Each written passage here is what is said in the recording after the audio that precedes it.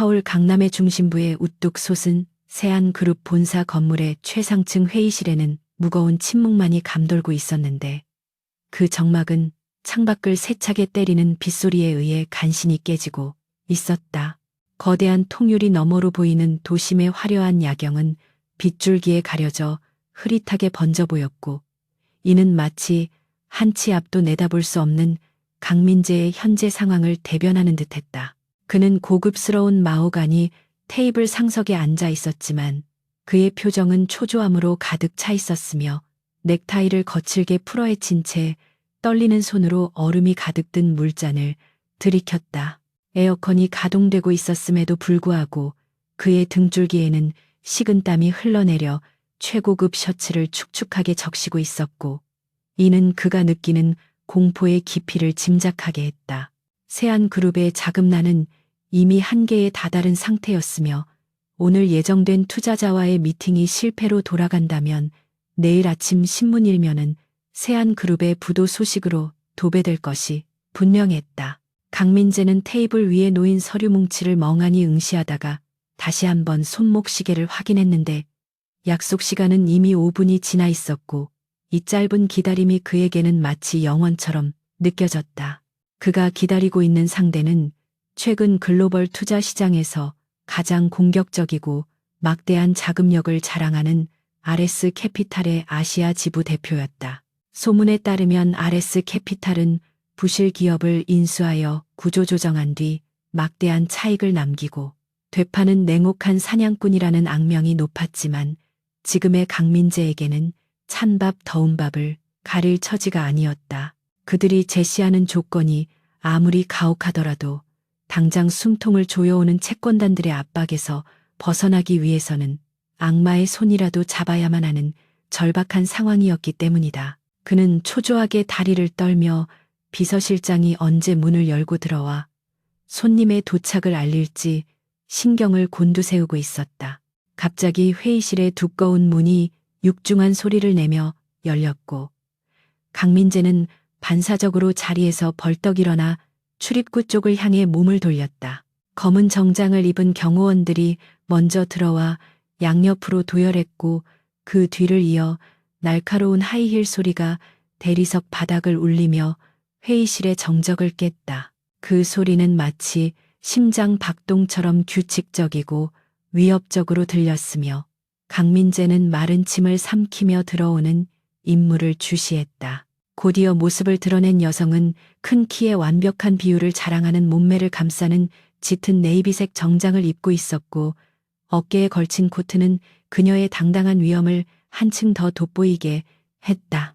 그녀가 걸어 들어오는 순간 회의실의 공기 흐름이 바뀌는 듯한 착각이 들 정도로 그녀가 뿜어내는 아우라는 압도적이었으며 강민재는 순간적으로 그 기세에 눌려 숨을 멈췄다. 그녀가 천천히 고개를 들어 선글라스를 벗자 드러난 얼굴을 확인한 강민재의 눈동자는 믿을 수 없다는 듯이 격렬하게 흔들리기 시작했고 그의 입에서는 억눌린 신음소리가 새어 나왔다.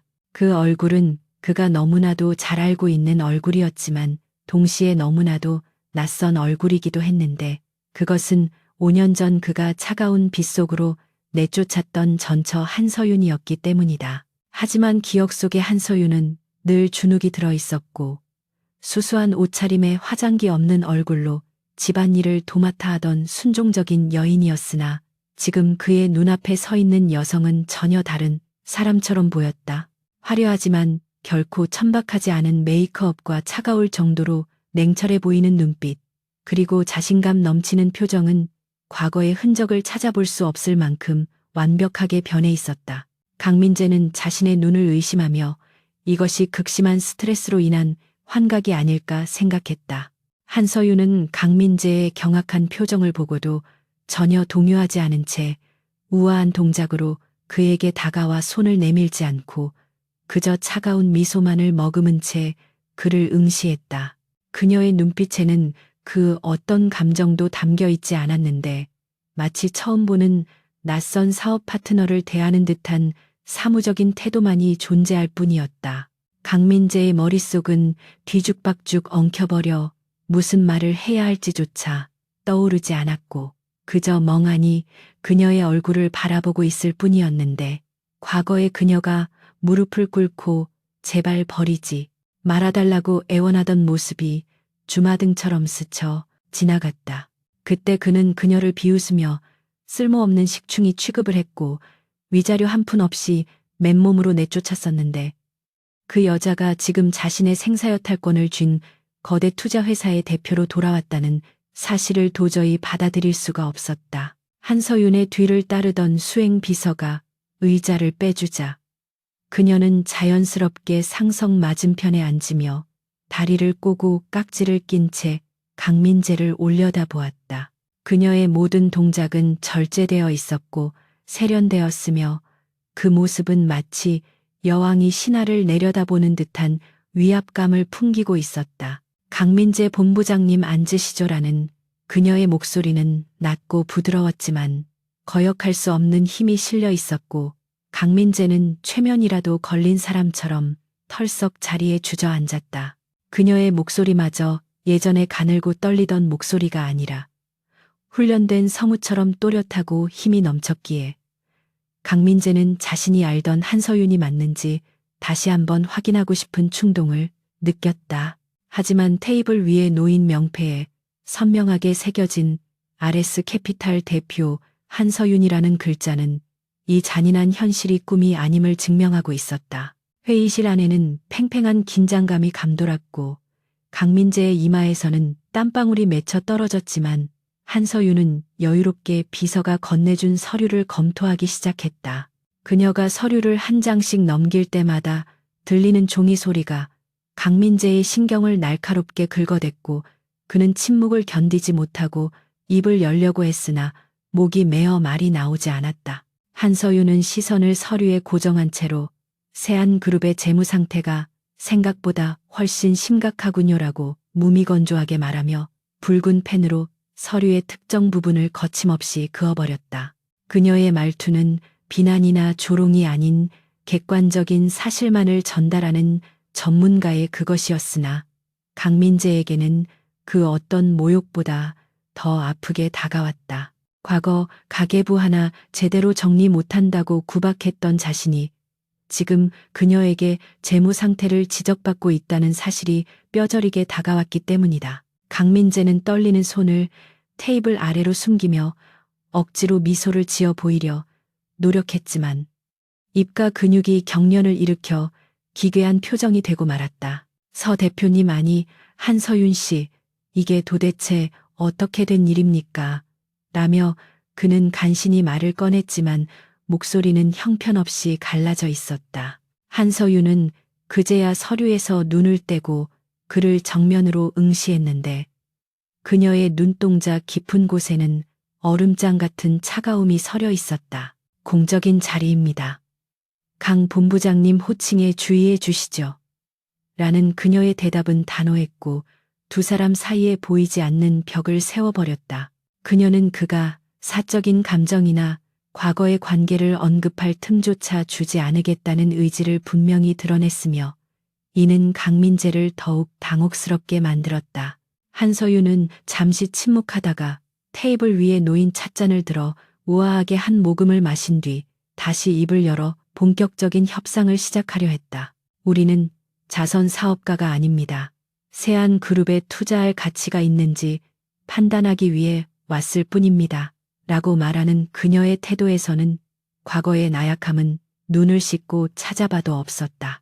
강민재는 쥐구멍이라도 있으면 숨고 싶은 심정이었지만 회사를 살리기 위해서는 그녀의 바짓가랑이라도 잡아야 한다는 현실을 직시해야만 했다. 그는 자존심을 구기고 고개를 숙이며 현재 겪고 있는 유동성 위기는 일시적인 것이며 신제품 개발이 완료되면 충분히 상환할 능력이 있다고 필사적으로 설명하기 시작했다. 하지만 그의 변명은 한서윤의 차가운 눈빛 앞에서 힘없이 흩어져 버리는 먼지처럼 느껴졌다. 그녀는 강민재의 말이 끝나기도 전에 손을 들어 제지하며 준비해온 태블릿 PC를 켜서 화면을 그에게 보여주었다. 화면에는 세안그룹의 은밀한 비자금 조성 내역과 경영 부실을 증명하는 내부 자료들이 적나라하게 표시되어 있었고 이를 본 강민재의 얼굴은 사색이 되었다. 한서윤은 이미 이 만남이 성사되기 전부터 세안그룹에 대한 철저한 조사를 마친 상태였으며 강민재가 숨기고 싶어 했던 치부까지 모두 꿰뚫고 있었던 것이다. 조사 능력이 탁월하군요. 라고 강민재가 헛웃음을 지으며 말하자 한서윤은 옅은 미소를 지으며 투자를 결정하기 위해서는 리스크 관리가 필수니까요. 라고 응수했다. 그녀는 이제 더 이상 남편의 그늘에 숨어 사는 여자가 아니라 거대 자본을 움직이는 냉철한 경영자였고 강민재는 자신이 그녀를 완전히 과소평가했음을 인정해야만 했다. 회의실의 공기는 점점 더 무거워졌고 밖에서는 천둥 소리가 요란하게 울려 퍼지며 긴장감을 고조시켰다. 한서윤은 자리에서 일어나 창가로 걸어가 빗줄기가 쏟아지는 도시를 내려다보며 강민재에게 등을 돌린 채 말했다. 5년 전 당신이 나를 이 거리로 내쫓았을 때 나는 맹세했습니다. 언젠가 반드시 당신보다 더 높은 곳에 서겠다고 말이죠. 그녀의 목소리에는 깊은 한이 서려 있었지만 감정에 휘둘리지 않는 절제력이 느껴졌고 강민재는 그녀의 뒷모습을 바라보며 전율을 느꼈다. 그녀가 다시 몸을 돌려 그를 바라보았을 때 그녀의 눈빛은 사냥감을 노리는 맹수처럼 빛나고 있었고 강민재는 자신이 도간에 든 쥐가 되었음을 직감했다. 한서윤은 다시 자리에 앉아 서류 가방에서 두툼한 계약서를 꺼내 테이블 위에 올려놓으며 이것이 세안그룹을 살릴 유일한 방법임을 암시했다. 하지만 조건이 있습니다라고 덧붙이는 그녀의 말에 강민재는 불안한 기색을 감추지 못하고 마른 침을 삼켰다. 그녀가 제시할 조건이 결코 평범하지 않을 것임을 예감했기 때문인데 그녀는 마치 그 불안감을 즐기기라도 하듯 천천히 뜸을 들이며 그를 응시했다. 경영권 방어는 보장해드리죠. 다만 자금 운용에 대한 전권을 RS 캐피탈이 갖습니다. 그리고 저의 직접적인 감사를 받아야 합니다. 이것은 사실상 회사의 주인이 바뀌는 것이나 다름없는 굴욕적인 조건이었지만 강민재에게는 선택의 여지가 없었다. 강민재는 주먹을 꽉 쥐어 손톱이 살을 파고들 정도로 분노를 느꼈지만 눈앞에 놓인 계약서는 그를 유혹하는 달콤한 독배와도 같았다. 도장을 찍는 순간 그는 한서윤의 꼭두각시가 될 것이 뻔했지만 찍지 않는다면 내일 당장 길거리에 나앉게 될 것이었다. 한서윤은 펜을 꺼내 그에게 내밀며 결정을 재촉했고 그녀의 표정은 마치 이 모든 상황을 예상했다는 듯이 여유로웠다. 강민재는 떨리는 손으로 펜을 받아들었고 펜촉이 종이에 닿는 순간 펜 끝에서 느껴지는 차가운 감촉이 심장까지 전해지는 듯했다. 그는 고개를 들어 한서윤을 바라보았고 그녀는 차가운 미소를 지으며 그의 파멸이 시작되었음을 알리고 있었다. 결국 강민재는 떨리는 손으로 계약서에 서명했고 그 순간 한서윤의 눈빛이 기이하게 번뜩이는 것을 그는 놓치고 말았다. 서명이 끝남과 동시에 한서윤은 계약서를 챙겨 자리에서 일어났고 그녀의 비서들이 일사불란하게 뒷정리를 시작했다. 오늘부터 우리는 파트너군요. 잘 부탁합니다. 강 본부장님이라고 말하며 그녀가 내민 손을 강민재는 힘없이 잡았고 그녀의 손은 얼음처럼 차가웠다. 그녀가 회의실을 빠져나가자마자 강민재는 다리에 힘이 풀려 주저앉았고 허공을 향해 소리 없는 비명을 질렀다. 닫힌 문 너머로 멀어지는 그녀의 구두 소리는 마치 장송곡처럼 들려왔고 강민재는 이제 막 시작된 악몽의 서막을 뼈저리게 실감하고 있었다. 한서윤은 회의실을 나와 복도를 걸으며 꾹 참았던 숨을 길게 내쉬었고 그녀의 손바닥에는 손톱 자국이 깊게 패여 있었다. 아무렇지 않은 척 연기했지만 그녀 역시 심장이 터질 듯이 뛰고 있었고 과거의 트라우마가 그녀를 괴롭히고 있었기 때문이다. 하지만 그녀는 멈추지 않고 엘리베이터에 올랐고 거울에 비친 자신의 모습을 보며 다시 한번 마음을 다잡았다. 이제 시작일 뿐이야. 무너지는 것은 내가 아니라 너야. 강민재. 엘리베이터 문이 닫히며 그녀의 결의에 찬 얼굴이 사라졌고 건물 밖에는 여전히 세찬 비가 내리고 있었지만 그녀의 마음속에는 이미 뜨거운 복수의 불길이 타오르고 있었다. 다음 날 아침 세안그룹 본사의 풍경은 평소와는 사뭇 다른 긴장감으로 가득 차 있었는데 그것은 RS 캐피탈의 대규모 자금이 법인 계좌로 입금되었다는 소식이 임원들 사이에 은밀하게 퍼져나갔기 때문이었다. 강민재는 자신의 집무실에서 모니터 화면에 찍힌 천문학적인 숫자를 바라보며 간밤에 느꼈던 굴욕감과 공포를 잠시나마 잊고 안도의 한숨을 내쉬었다. 비록 회사의 경영권 일부를 담보로 잡히고 굴욕적인 감사를 받아야 한다는 조건이 붙었지만 당장 눈앞에 급한 불을 껐다는 사실이 그에게는 무엇보다 중요했다. 그는 등받이에 몸을 깊숙이 기대며 한서윤이 제시한 조건들이 어쩌면 자신을 향한 미련에서 비롯된 관심의 표현일지도 모른다는 터무니없는 착각에 빠지기 시작했다. 그녀가 정말로 자신을 파멸시키려 했다면 애초에 투자를 거절하고 부도를 지켜보았을 텐데 굳이 복잡한 절차를 거쳐 자금을 지원한 것은 아직 그녀의 마음 한구석에 자신에 대한 애정이 남아있기 때문이라고 그는 제멋대로 해석해버렸다. 강민재가 스스로를 합리화하며 넥타이를 매만지고 있을 때 사무실 밖에서 소란스러운 소리가 들려왔고 그는 미간을 찌푸리며 인터폰을 향해 손을 뻗었. 하지만 그가 비서실을 호출하기도 전에 집무실 문이 벌컥 열리며 검은색 정장을 입은 낯선 사람들이 커다란 박스를 들고 들이닥치기 시작했다. 강민재는 당황하여 자리에서 벌떡 일어나 이게 무슨 짓이냐고 소리쳤지만 그들은 아랑곳하지 않고 능숙하게 집무실 한쪽에 임시 책상들을 배치하고 서버 장비들을 설치하기 시작했다. 그들의 움직임은 마치 잘 훈련된 군인들처럼 일사불란했고 강민재의 권위 따위는 안중에도 없다는 듯한 태도였다. 그 혼란의 중심에서 어제와는 또 다른 스타일의 세련된 아이 보리색 정장을 입은 한서윤이 유유히 걸어 들어왔고 그녀의 등장만으로 실내의 어수선한 분위기는 순식간에 정리되었다. 한서윤은 강민재의 항에 섞인 시선을 가볍게 무시하고 창가 쪽에 새로 배치된 최고급 책상으로 다가가 마치 원래 자신의 자리였던 것처럼 자연스럽게 앉았다. 그녀는 당황한 기색이 역력한 강민재를 향해 오늘부터 상주 감사팀이 업무를 시작할 겁니다.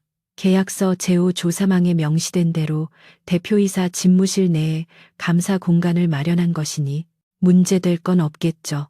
라고 차분하게 말했다. 강민재는 억울함에 입술을 깨물었지만 계약서에 도장을 찍은 것은 바로 자신이었기에 반박할 명분이 없어 주먹만 꽉 쥐어야 했다. 그녀는 강민재의 사적인 공간인 집무실을 공유함으로써 그를 심리적으로 압박하고 일거수일투족을 감시하겠다는 의도를 노골적으로 드러내고 있었다. 이것은 단순한 업무 협조가 아니라 적의 심장부에 깃발을 꽂고 영토를 점령하겠다는 선전포고나 다름없었다. 강민재는 끓어오르는 분노를 억누르며 억지로 입꼬리를 올려 비즈니스적인 미소를 지어 보이려 노력했고 한서윤에게 다가가 부드러운 목소리로 말을 걸었다. 서윤아, 안희서 대표, 우리가 예전처럼 한 공간에서 일하게 되다니 감회가 새롭군.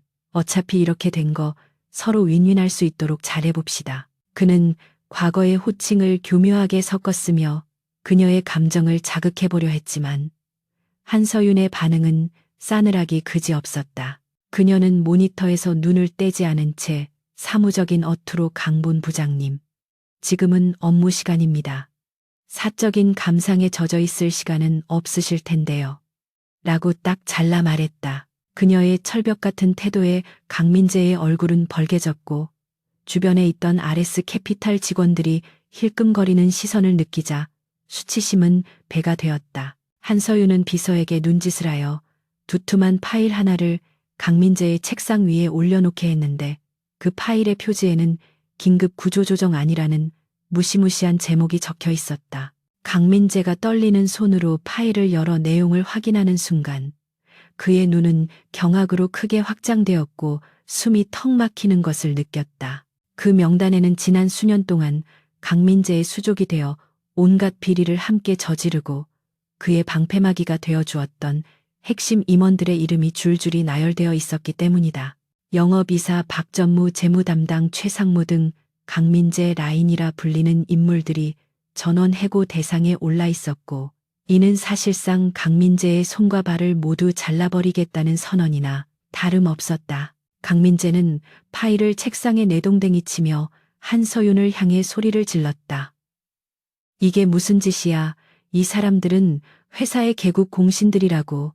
내 허락 없이는 절대 자를 수 없어. 한서윤은 강민재의 격렬한 반응을 예상했다는 듯 여유롭게 찻잔을 들어 입술을 적신 뒤 천천히 고개를 들어 그를 응시했다. 개국 공신이라. 글쎄요. 제가 조사한 바에 따르면 이들은 회사의 자금을 횡령하고 무능한 경영으로 회사를 위기에 빠뜨린 주범들입니다. RS캐피탈은 부실 경영진을 정리하고 경영 효율화를 이룩하는 것을 투자의 최우선 조건으로 삼고 있습니다. 그녀의 말은 틀린 구석이 하나도 없었지만 강민재에게는 자신의 권력 기반을 송두리째 흔드는 치명적인 공격이었다. 만약 이들이 모두 해고된다면 강민재는 회사 내에서 고립무원이 될 것이고 한서윤의 꼭두각시 노릇을 하는 것 외에는 할 수 있는 일이 아무것도 없게 될 터였다. 그는 자신이 파놓은 함정에 제 발로 걸어 들어왔음을 뼈저리게 깨달았지만 이미 엎질러진 물이었다.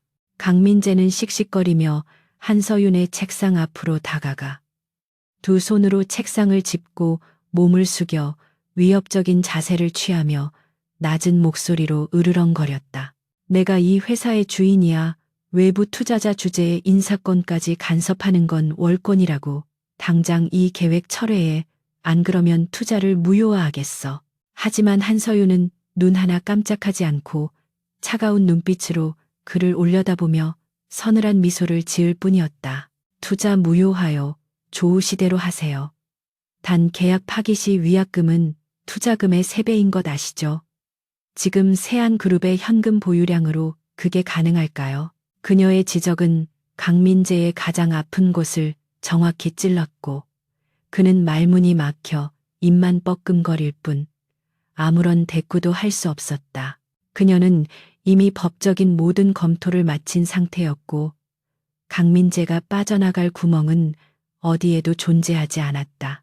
그때 집무실의 문이 다시 열리며 세안그룹의 임원들이 줄지어 들어왔는데 그들은 강민재의 호출을 받고 달려온 것이 아니라 한서윤의 호출을 받고 온 것이었다. 그들의 표정은 불안과 공포로 얼룩져 있었고 강민재를 바라보는 눈빛에는 구원을 요청하는 절박함이 담겨 있었지만 강민재는 그들을 외면할 수밖에 없었다. 한서윤은 자리에서 일어나 임원들을 향해 걸어가며 또렷하고 힘있는 목소리로 회의를 주재하기 시작했다. 여러분 반갑습니다. 오늘부터 세안그룹의 경영 정상화를 위해 파견된 RS캐피탈의 한서윤입니다. 앞으로 저의 지시에 따르지 않는 분은 즉시 짐을 싸게 될 것입니다. 그녀의 선언은 회의실 전체를 얼어붙게 만들었고 임원들은 그녀의 카리스마에 압도되어 숨소리조차 크게 내지 못했다. 강민재는 자신의 집무실에서 자신이 배제된 채 회의가 진행되는 굴욕적인 광경을 멍하니 지켜봐야만 했다. 한서윤은 임원들에게 구체적인 구조조정 계획과 비용 절감 목표를 제시하며 그들을 몰아붙였는데 그녀의 업무 지식과 시장 분석 능력은 타의 추종을 불허할 정도로 뛰어났다. 과거 집에서 살림만 하던 여자라고 무시했던 임원들은 그녀의 날카로운 지적에 땀을 흘리며 쩔쩔맸고 누구 하나 감히 반론을 제기하지 못했다. 강민재는 구석에 서서 그 모습을 지켜보며 기이한 이질감을 느꼈는데 저 여자가 과연 내가 알던 한서윤이 맞는가 하는 의구심이 다시금 고개를 들었다. 그녀는 마치 5년 동안 지옥에서 돌아온 복수의 화신처럼 보였고 그녀의 모든 말과 행동은 강민재를 철저히 파괴하기 위해 정교하게 계산된 것처럼 느껴졌다. 그녀는 단순히 회사를 살리는 것이 목적이 아니라 강민재가 가진 모든 것을 하나씩 빼앗아 그를 바닥으로 끌어내리려는 계획을 실행하고 있었다. 회의가 끝나고 임원들이 풀죽은 모습으로 하나둘씩 빠져나간 뒤 집무실에는 다시 강민재와 한서윤, 그리고 그녀의 비서진만이 남게 되었다. 한서윤은 만족스러운 표정으로 자리에 앉아 서류를 정리하며 강민재에게 눈길조차 주지 않았다. 강민재는 모멸감을 견디지 못하고 그녀에게 다가가 거칠게 팔을 잡으려 했으나 대기하고 있던 경호원이 순식간에 그의 앞을 가로막으며 제지했다. 한서윤은 그제야 고개를 들어 강민재를 바라보며 경호원에게 눈짓으로 물러나라고 지시한 뒤 조용히 입을 열었다. 몸가짐 조심하세요, 강 본부장님. 폭력 행사는 계약 위반 사유에 해당하며 이는 즉각적인 경영권 박탈로 이어질 수 있습니다. 그녀의 경고는 섬뜩할 정도로 차분해서 더욱 공포스럽게 다가왔다. 강민재는 씩씩대며 뒤로 물러섰지만 분노는 가라앉지 않았고 그는 마지막 자존심을 걸고 그녀에게 물었다. 도대체 원하는 게 뭐야? 돈이야? 아니면 나에 대한 복수야? 그것도 아니면 아직도 나를 사랑해서 질투하는 건가? 그의 질문은 찌질하기 짝이 없었지만 한서윤은 그 말을 듣고 처음으로 소리내어 웃었다. 그 웃음은 비웃음도 조소도 아닌 정말로 재미있는 농담을 들은 듯한 맑은 웃음이었기에 강민재는 더욱 당황했다. 착각도 병이라더니 중증이네요. 강민재 씨, 제가 원하는 건 아주 단순해요. 당신이 훔쳐간 내 인생, 그리고 당신이 망쳐놓은 이 회사를 원래대로 돌려놓는 것뿐입니다. 그녀의 대답은 강민재의 가슴에 비수처럼 꽂혔고 그는 그녀가 말하는 훔쳐간 인생의 의미를 곰곰이 생각해보게 되었다. 한서윤은 다시 업무에 집중하며 강민재를 투명인간 취급하기 시작했고 강민재는 자신의 사무실에서 쫓겨난 듯한 기분을 느끼며 비서실로 향했다. 비서실장조차 한서윤의 눈치를 보며 강민재에게 결제 서류를 내밀지 못하고 머뭇거리는 모습을 보며 그는 자신의 권력이 모래성처럼 무너져 내리고 있음을 실감했다. 그는 옥상 정원으로 올라가 담배를 피우며 떨리는 손을 진정시키려 애썼지만 머릿속은 온통 한서윤에 대한 생각으로 가득 찼다. 그녀가 어떻게 저런 자리에 오를 수 있었는지, 그리고 그녀의 뒤에 도대체 누가 있는지 알아내야만 했다. 그는 주머니에서 휴대폰을 꺼내 평소 알고 지내던 흥신소 사장에게 전화를 걸어 한서윤의 지난 5년간의 행적을 낱낱이 조사해달라고 의뢰했다. 한편 집무실에 남은 한서윤은 강민재가 나가자마자 펜을 내려놓고 창밖을 응시하며 깊은 생각에 잠겼다. 오늘 보여준 강민재의 반응은 그녀의 예상 범위를 한치도 벗어나지 않았고 그의 무능함과 오만함은 여전했다. 그녀는 서랍 깊숙한 곳에서 낡은 사진 한 장을 꺼내보았는데 그것은 5년 전 이혼 서류에 도장을 찍고 나오던 날 찍은 자신의 초라한 모습이었다. 그때의 그녀는 세상이 끝난 것처럼 절망적이었지만 지금의 그녀는 세상을 호령할 힘을 가지고 돌아왔다. 그녀는 사진을 다시 서랍에 넣으며 중얼거렸다. 이제 시작이야. 강민재, 당신이 가진 모든 것을 잃고 바닥을 기게 될 때, 그때 비로소 내 복수는 완성될 거야. 그녀의 눈빛은 복수심으로 불타오르고 있었지만 동시에 슬픔이 묻어나기도 했다. 점심시간이 되자 한서윤은 직원 식당으로 내려가겠다고 선언하여 모두를 놀라게 했는데 이는 권위적인 강민재와는 정반대의 행보였다. 그녀는 직원들과 같은 줄에 서서 배식을 받고 빈자리에 앉아 자연스럽게 식사를 시작했으며 주변 직원들은 웅성거리며 그녀를 훔쳐보았다. 그녀는 일부러 직원들의 대화에 귀를 기울이며 회사의 내부 분위기와 강민재에 대한 평판을 수집하고 있었다. 직원들은 처음에는 경계했지만 소탈한 그녀의 태도에 조금씩 마음을 열기 시작했고 강민재의 독단적인 경영과 임금 체불에 대한 불만을 조심스럽게 토로하기 시작했다. 한서윤은 그들의 이야기를 꼼꼼히 메모하며 강민재를 무너뜨릴 또 다른 무기를 확보하고 있었고, 이는 내부의 적을 자신의 편으로 만드는 고도의 심리전이었다. 오후가 되자 강민재가 의뢰했던 흥신소 사장으로부터 연락이 왔고, 그는 다급하게 전화를 받았지만 돌아온 대답은 실망스러웠다. 한서윤의 지난 5년간의 기록이 마치 누군가에 의해 완벽하게 세탁된 것처럼 깨끗해서 아무런 정보도 찾을 수 없다는 것이었다. 그녀가 미국으로 건너가 MBA를 취득하고 월가에서 승승장구했다는 표면적인 이력 외에는 사적인 정보가 전무하다는 사실은 강민재를 더욱 불안하게 만들었다. 도대체 그녀에게 무슨 일이 있었던 것일까? 그리고 그녀를 돕고 있는 배우 세력은 누구인가 하는 의문이 꼬리에 꼬리를 물었다. 강민재는 자신이 알지 못하는 거대한 힘이 자신을 조여오고 있다는 공포를 느끼며 텅 빈 눈으로 허공을 응시했다. 퇴근 시간이 가까워지자 한서윤은 강민재에게 내일 아침까지 구조조정 대상자들의 해고 통지서에 서명해 놓으라는 지시를 남기고 유유히 퇴근했다. 강민재는 텅 빈 사무실에 홀로 남겨져 책상 위에 놓인 서류 뭉치를 바라보며 깊은 절망감에 빠져들었다. 자신이 살기 위해서는 오랜 부하들을 제 손으로 잘라내야 하는 잔인한 선택 앞에 놓인 그는 술병을 꺼내 병째 들이키며 괴로워했다. 밖에는 다시 비가 내리기 시작했고 빗소리는 그의 울음소리를 삼켜버렸다. 한서윤이 쳐놓은 덫은 너무나도 정교하고 치명적이어서 발버둥 칠수록 더욱 깊이 빠져들 뿐이라는 것을 그는 본능적으로 느끼고 있었지만 멈출 방법은 없었다.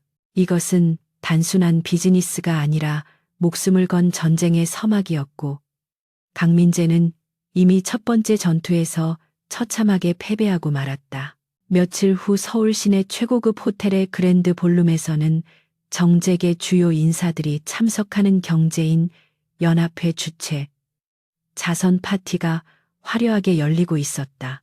거대한 샹들리에가 뿜어내는 눈부신 빛이 다이아몬드처럼 쏟아져 내렸고, 실내악단이 연주하는 우아한 클래식 선율이 파티장의 품격을 높여주고 있었다. 하지만 강민재의 표정은 화려한 조명 아래서도 어둡게 가라앉아 있었는데, 이는 오늘 이 자리에 RS 캐피탈의 대표로서 한서윤이 참석한다는 소식을 들었기 때문이었다. 그는 샴페인 잔을 든 채 입구 쪽을 주시하며 초조한 기색을 감추지 못하고 있었고, 그의 옆에는 화려하다 못해 사치스러워 보일 정도로 보석을 주렁주렁 매단 최유라가 팔짱을 낀 채 서 있었다.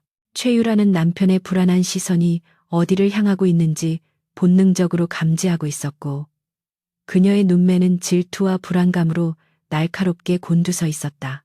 최유라는 최근 강민재가 회사 일로 극심한 스트레스를 받고 있다는 사실은 알고 있었지만 그 원인이 다름 아닌 전처 한서윤이라는 것을 알게 된 후로 밤잠을 설치고 있었다. 그녀는 한서윤이 초라한 모습으로 쫓겨나던 날의 기억을 떠올리며 비웃음을 흘리곤 했지만 세간에 들려오는 소문은 그녀를 공포에 떨게 만들기에 충분했다. 한서윤이 막대한 자본을 가진 투자회사의 대표가 되어 돌아왔다는 사실은 최유라가 가진 모든 것을 위협하는 재앙과도 같았기에 그녀는 오늘 파티에서 한서윤의 길을 확실히 꺾어놓겠다고 다짐하고 있었다. 그녀는 자신의 미모와 현재의 지위를 과시하여 한서윤이 아무리 성공했다 하더라도 결국은 버림받은 여자일 뿐이라는 것을 사람들 앞에서 증명해 보이고 싶어 안달이나 있었다. 파티장의 분위기가 무르익어 갈 무렵 입구 쪽에서 웅성거리는 소리와 함께 수많은 카메라 플래시가 터지기 시작했고 사람들의 시선이 일제히 한 곳으로 쏠렸다. 그 소란의 중심에는 마치 영화 속 주인공처럼 우아하게 등장한 한서윤이 있었는데, 그녀는 칠흑같이 어두운 검은색 벨벳 드레스를 입고 있었고 목에는 심플하지만 압도적인 광채를 내뿜는 사파이어 목걸이를 착용하고 있었다. 그녀의 드레스 자락이 물결치듯 움직일 때마다 사람들은 탄성을 질렀고 그녀의 곁에는 유명한 다국적 기업의 회장들이 호위하듯 따르고 있었다. 강민재는 넋을 잃고 그녀를 바라보았고 그의 눈에는 과거 자신이 알던 순박한 아내의 모습은 온데간데 없고 범접할 수 없는 아우라를 풍기는 여신만이 존재하고 있었다. 그 순간 그는 가슴 한구석에서 설명할 수 없는 후회와 상실감이 밀려오는 것을 느꼈다. 최유라는 강민재의 흔들리는 눈빛을 포착하고는 질투심에 불타올라 그의 팔을 꼬집듯이 세게 잡으며 표정을 일그러뜨렸다. 저 여자가 지금 어디라고 감히 나타나서 여우짓을 하는 거야. 라며 그녀는 도끼를 품은 목소리로 중얼거렸지만 강민재는 그녀의 말에 대꾸조차 하지 못하고 시선을 떼지 못했다. 한서윤은 파티장 중앙으로 걸어 들어오며 정재계 인사들과 자연스럽게 인사를 나누었고 그녀의 유창한 화술과 세련된 매너는 좌중을 압도했다. 그녀가 웃을 때마다 주변 사람들도 함께 미소 지었고 그녀가 입을 열 때마다 사람들은 경청했는데 이는 그녀가 단순한 부자가 아니라 진정한 힘을 가진 권력자임을 증명하는 장면이었다. 최유라는 자신이 이 파티의 주인공이 되어야 한다고 생각했지만 현실은 한서윤의 들러리에 불과하다는 사실에 참을 수 없는 모멸감을 느꼈다. 결국 질투심을 이기지 못한 최유라는 강민재를 이끌고 한서윤이 있는 쪽으로 저돌적으로 걸어가기 시작했고 강민재는 당황하여 그녀를 말리려 했지만 소용이 없었다. 한서윤은 마침 은행장과 담소를 나누고 있다가 다가오는 두 사람을 발견하고는 여유로운 미소를 지으며 그들을 맞이했다. 최유라는 한서윤의 코앞까지 다가가서 위아래로 훑어보는 무례한 시선을 보내며 날카로운 목소리로 쏘아붙였다. 어머, 이게 누구야? 우리 집에서 밥하고 빨래하던 식모가 아니었나? 출세했네. 남의 돈으로 옷 좀 차려입으니까 사람 된 줄 아나 봐. 그녀의 도발적인 언사는 순식간에 파티장의 정적을 불러왔고 주변에 있던 사람들은 경악하며 숨을 죽인 채 이 기막힌 상황을 지켜보았다. 우아한 파티장의 공기는 순식간에 찬물을 끼얹은 듯 싸늘하게 식어버렸다. 하지만 한서윤은 전혀 당황하거나 화를 내는 기색 없이 우아하게 와인잔을 내려놓으며 최유라를 똑바로 응시했다. 그녀의 눈빛은 너무나도 차분하고 깊어서 최유라의 얕은 도발이 마치 어린아이의 투정처럼 느껴지게 만들었다. 오랜만이네요, 최유라 씨. 여전히 예의라고는 찾아볼 수 없는 천박한 언행이 인상적입니다. 장소가 장소인 만큼 격식이라는 걸 좀 배우시는 게 어떨까요? 한서윤의 목소리는 낮았지만 파티장 전체에 또렷하게 울려 퍼졌고 그녀의 말 한마디 한마디에는 뼈가 있었다. 최유라의 얼굴은 수치심으로 붉게 달아올랐고 그녀는 부들부들 떨며 다시 한번 독서를 퍼부으려 입을 열었으나 한서윤의 기세에 눌려 말이 잘 나오지 않았다. 강민재는 이 상황을 수습하기 위해 최유라의 팔을 잡아 끌며 그만하라고 다그쳤지만 이미 이성을 잃은 최유라는 그의 손을 뿌리치고 악을 쓰기 시작했다. 당신도 말해봐. 저 여자가 우리 집에서 쫓겨날 때 얼마나 비참하게 빌었는지 사람들에게 다 말하란 말이야. 저건 다 가짜야, 속임수라고. 그녀의 고함 소리는 품격 있는 파티장과는 전혀 어울리지 않는 소음공해였고 사람들은 눈살을 찌푸리며 수군거리기 시작했다. 세안그룹 사모님 수준이 저 정도였나. 강민재 대표가 여자를 잘못 들였군이라는 비난 섞인 속삭임들이 강민재의 귀에 꽂혔고 그는 쥐구멍이라도 찾고 싶은 심정이었다. 반면 한서윤은 그 소란 속에서도 흐트러짐 없는 자세를 유지하며 마치 삼류 막장 드라마를 관람하는 관객처럼 냉소적인 표정을 지을 뿐이었다. 한서윤은 천천히 한 걸음 다가가 최유라의 귓가에 대고 주변 사람들만 들릴 정도의 목소리로 차갑게 속삭였다. 제가 버린 쓰레기를 주워가서 꽤나 아끼시는 모양인데 관리 좀 잘하시지 그러셨어요. 냄새가 너무 심하게 나네요. 이 말은 강민재를 쓰레기에 비유하고 그를 차지한 최유라를 비꼬는 치명적인 모욕이었지만 너무나도 우아한 어조로 말했기에 그 충격은 배가 되었다. 최유라는 분노에 차서 손을 들어 한서윤의 뺨을 때리려 했으나 한서윤은 가볍게 그녀의 손목을 낚아채어 허공에 멈춰 세웠다. 폭력까지 쓰시게요. 여기 기자들이 많다는 걸 잊으셨나 봅니다. 내일 아침 신문 일면을 장식하고 싶다면 계속해보세요. 한서윤의 소나기 힘은 상상 이상으로 강했고 최유라는 비명을 지르며 뒤로 물러설 수밖에 없었다. 주변의 시선은 이제 완전히 한서윤의 편으로 돌아섰고 최유라는 공공의 적이 되어버린 느낌을 받았다. 사람들은 무식하고 교양 없는 최유라를 경멸의 눈초리로 바라보았고 침착하고 지혜롭게 대처한 한서윤에게는 존경의 눈빛을 보냈다. 강민재는 이 모든 상황이 자신의 잘못된 선택에서 비롯되었음을 뼈저리게 느끼며 고개를 들 수가 없었다. 과거에 자신이 그토록 무시했던 조강지천은 이제 누구도 함부로 대할 수 없는 여왕이 되어 있었고 자신이 선택한 내연녀는 공식 석상에서 남편의 얼굴에 먹칠을 하는 골칫덩어리로 전락해 있었다. 두 여자의 대비는 너무나도 극명했고 강민재는 자신이 얼마나 어리석은 짓을 저질렀는지 비로소 깨닫기 시작했다. 한서윤은 잡고 있던 최유라의 손목을 놓아주며 손에 묻은 먼지를 털어내듯 가볍게 손수건으로 닦아냈다. 그리고는 강민재를 향해 차가운 시선을 던지며 마지막 일격을 가했다. 강 대표님 부인 단속도 경영 능력의 일부입니다.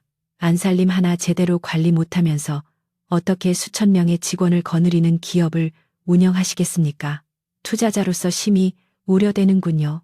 이 말은 단순한 부부 싸움이 아니라 강민재의 경영 자질까지 의심하게 만드는 치명적인 공격이었다. 파티장에 있던 투자자들은 고개를 끄덕이며 강민재를 불신 가득한 눈빛으로 바라보았고 세안그룹의 신뢰도는 그 자리에서 곤두박질 치고 있었다. 강민재는 식은땀을 흘리며 아무 말도 하지 못했고 그저 멍하니 서 있을 뿐이었다. 결국 호텔 보안 요원들이 정중하게 다가와 소란을 피운 최유라에게 퇴장을 요청하는 굴욕적인 상황이 연출되었다. 최유라는 악에 받쳐 소리를 지르며 끌려나갔고 강민재는 쫓겨나듯 그녀의 뒤를 따라 파티장을 빠져나와야 했다. 화려한 파티장 밖으로 나오자마자 쏟아지는 찬 밤 공기가 그들의 달아오른 얼굴을 때렸지만 마음속의 불길은 꺼지지 않았다. 강민재는 발레 파킹된 차가 오기를 기다리는 동안 최유라를 노려보며 참았던 분노를 터뜨렸다. 너 제정신이야. 거기서 그런 짓을 하면 내 입장이 어떻게 되겠어. 내 덕분에 오늘 내 평판은 바닥을 쳤어. 그의 고함에 최유라도 지지 않고 대들었다. 당신이야말로 왜 꿀먹은 벙어리처럼 가만히 있어. 그 여자가 나를 모욕하는데 보고만 있었잖아. 아직도 그 여자한테 미련 있어. 차 안으로 들어온 두 사람 사이에는 숨 막히는 침묵과 살기만이 감돌았고 운전기사조차 백미러로 눈치를 보느라 식은땀을 흘려야 했다. 강민재는 창밖을 내다보며 한숨을 쉬었는데 유리창에 비친 자신의 모습이 너무나도 초라해 보였다. 5년 전 자신이 버린 여자는 보란듯이 성공해서 자신을 내려다보고 있는데 자신은 히스테리를 부리는 여자와 함께 무너져가는 회사를 붙잡고 허우적대고 있다는 현실이 그를 비참하게 만들었다. 그는 문득 한서윤이 차려주던 따뜻한 된장찌개와 다림질된 셔츠, 그리고 언제나 자신을 믿어주던 온화한 미소가 사무치게 그리워졌다. 하지만 그 소중한 행복을 제 발로 걷어차 버린 것은 다름 아닌 자신이었기에 누구를 원망할 수도 없었다. 한편 파티장에 남은 한서윤은 소란이 정리된 후에도 여유롭게 파티를 즐기며 자신의 건재함을 과시했다. 그녀는 다가오는 사람들과 건배를 나누고 사업 이야기를 이어갔지만 그녀의 마음속은 씁쓸함으로 가득 차 있었다. 복수는 달콤할 줄 알았지만 막상 무너지는 전 남편과 그의 아내를 보는 것은 생각보다 통쾌하지 않았고 오히려 서글픈 감정이 들기도 했다. 그녀는 테라스로 나가 밤하늘을 올려다보며 잠시 휴식을 취했는데 밤바람이 그녀의 뜨거운 뺨을 식혀주었다. 내가 원한 건 이런 싸구려 승리가 아니야. 더 철저하고 완벽하게 그들을 무너뜨려서 다시는 일어설 수 없게 만들어야 해. 그녀는 마음을 다잡으며 아직 끝나지 않은 계획을 되새겼다. 사실 한서윤이 오늘 파티에서 주목한 것은 최유라의 추태뿐만이 아니었다.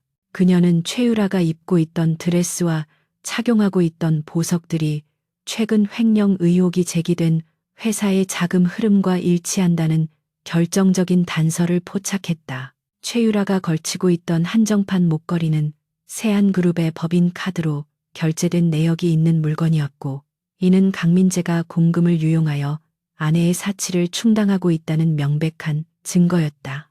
한서윤은 파티장 구석에서 조용히 대기하고 있던 자신의 비서에게 눈짓을 보냈고, 비서는 즉시 어딘가로 전화를 걸어 조사를 지시했다. 최유라의 허영심이 결국 제 무덤을 파는 결과를 초래한 셈이었고, 한서윤은 이 기회를 놓칠 생각이 전혀 없었다. 집으로 돌아온 강민재와 최유라는 각방을 쓰며 냉전을 시작했고, 집안의 분위기는 빙하기처럼 차가웠다. 최유라는 분을 사귀지 못해 방 안의 물건들을 집어던지며 발악했지만, 마음 한구석에서는 불안감이 독버섯처럼 피어오르고 있었다. 오늘 파티장에서 본 강민재의 눈빛이 심상치 않았기 때문인데, 그가 자신을 바라보는 눈빛에서 경멸과 후회를 읽었기 때문이다. 그녀는 만약 강민재가 다시 한서윤에게 돌아가려 한다면 자신은 낙동강 오리알 신세가 될 것이라는 공포에 사로잡혔다.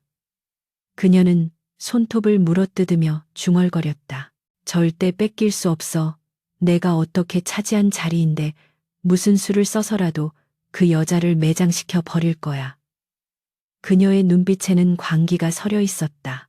같은 시각 한서윤은 자신의 펜트하우스 서재에 앉아 오늘 파티에서 입수한 정보들을 정리하고 있었다. 그녀의 책상 위에는 세안그룹의 비밀 장부 사본과 최유라의 카드 사용 내역서가 펼쳐져 있었고, 그녀는 붉은 펜으로 의심스러운 항목들을 하나씩 체크해 나갔다. 강민재와 최유라가 파티장에서 벌인 총극은 그저 서막에 불과했고, 진짜 전쟁은 이제부터 시작될 참이었다. 그녀는 창밖으로 보이는 서울의 야경을 바라보며 와인잔을 기울였고, 붉은 와인이 그녀의 목을 타고 넘어갔다.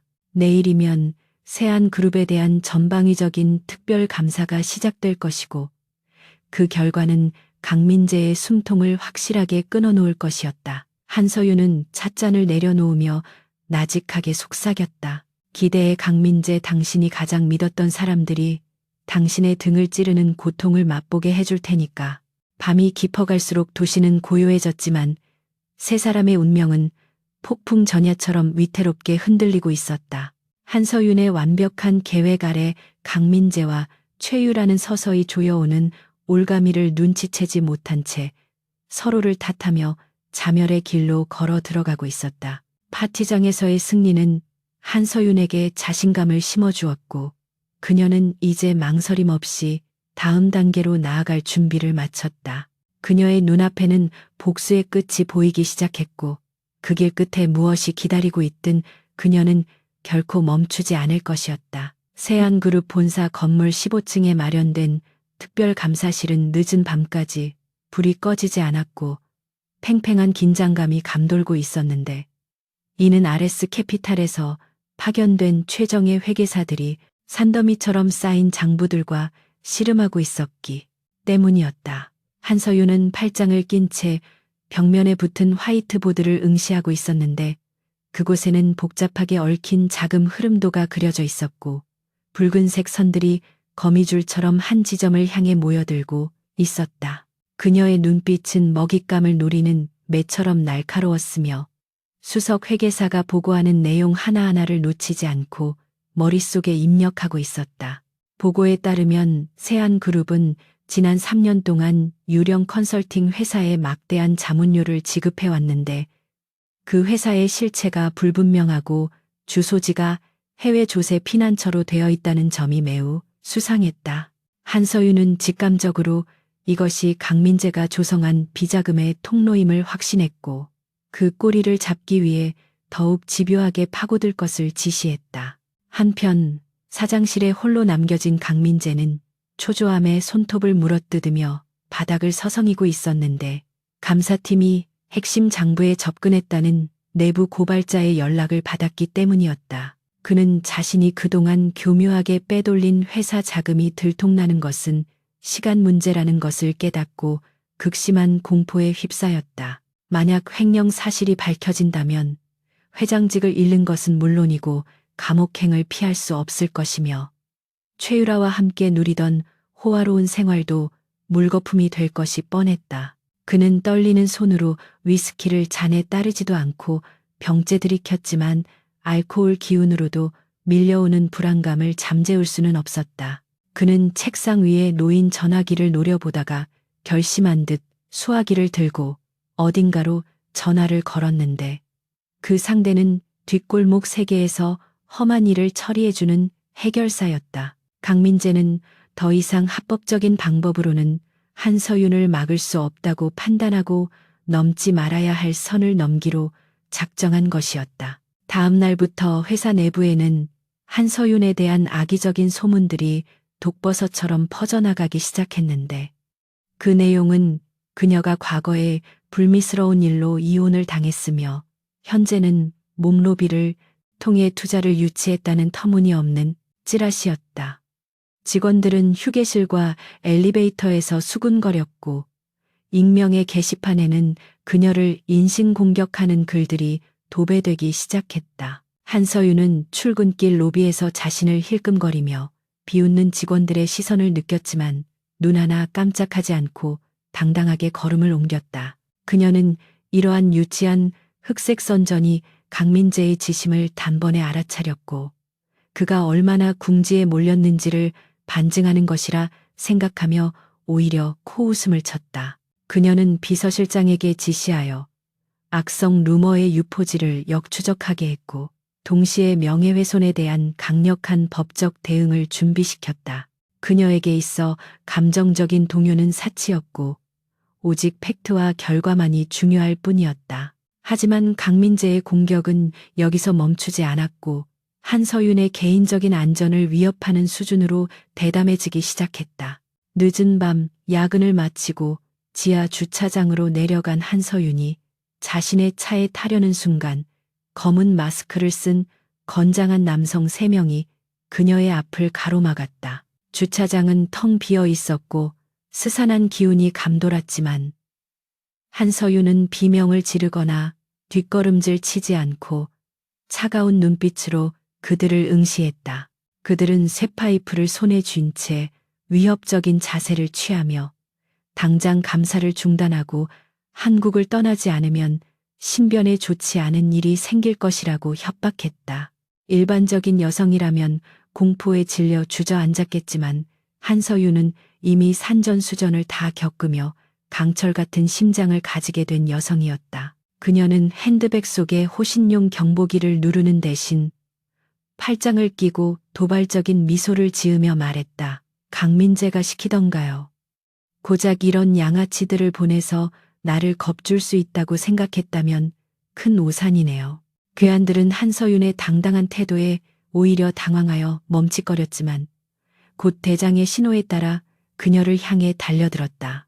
그러나 그 순간 주차장 기둥 뒤에 숨어있던 RS 캐피탈 소속의 전문 경호팀이 순식간에 튀어나와 괴한들을 제압해버렸다. 한서윤은 애초에 강민재가 물리적인 위협을 가할 것을 예상하고 있었기에 경호팀을 미리 배치해 두었던 것이다. 바닥에 엎드려 제압당한 괴한들은 고통에 신음했고 한서윤은 천천히 그들에게 다가가 하이힐 굽으로 쇠파이프를 밟으며 낮게 읊조렸다. 누구 사주를 받았는지 경찰서에 가서 낱낱이 불게 될 겁니다. 그리고 전해주세요. 주인에게 꼬리를 자르려다 머리통이 날아갈 수도 있다고. 상황은 순식간에 정리되었고 한서윤은 경찰이 도착할 때까지 현장을 지키며 이 모든 과정을 자신의 휴대폰으로 녹화해 두었다. 이것은 강민재를 파멸시킬 또 하나의 결정적인 증거가 될 것이었다. 다음 날 아침 강민재는 집무실에서 초조하게 해결사의 연락을 기다리고 있었지만 들려온 것은 경찰서에서 온 출석 요구서였다. 그는 수화기를 떨어뜨리며 털썩 주저앉았고 얼굴은 사색이 되어 벌벌 떨기 시작했다.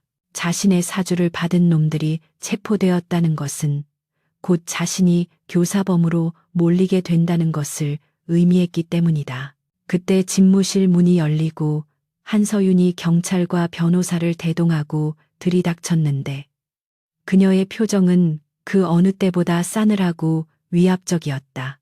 강민재는 쥐구멍이라도 찾고 싶은 심정으로 그녀의 시선을 피했지만 한서윤은 성큼성큼 다가가 그의 책상 위에 녹취록과 현장 사진을 던져놓았다. 강민재 씨, 당신은 이제 횡령도 모자라 살인미수 교사 혐의까지 추가되겠군요. 변명은 법정에서 하시는 게 좋겠습니다. 강민재는 억울하다는 듯이 벌떡 일어나며 소리쳤다. 이건 함정이야. 나는 모르는 일이라고. 네가 꾸민 자작극 아니야. 증거 있어. 하지만 그의 목소리는 떨리고 있었고 눈동자는 불안하게 흔들리고 있어 누가 봐도 거짓말을 하고 있음이 명백했다. 한서윤은 비웃음을 흘리며 주머니에서 USB 하나를 꺼내 흔들어 보였다. 어젯밤 당신이 대포폰으로 그들에게 지시하는 통화 내용이 여기 다 들어 있습니다. 제 정보력을 너무 과소평가하셨네요.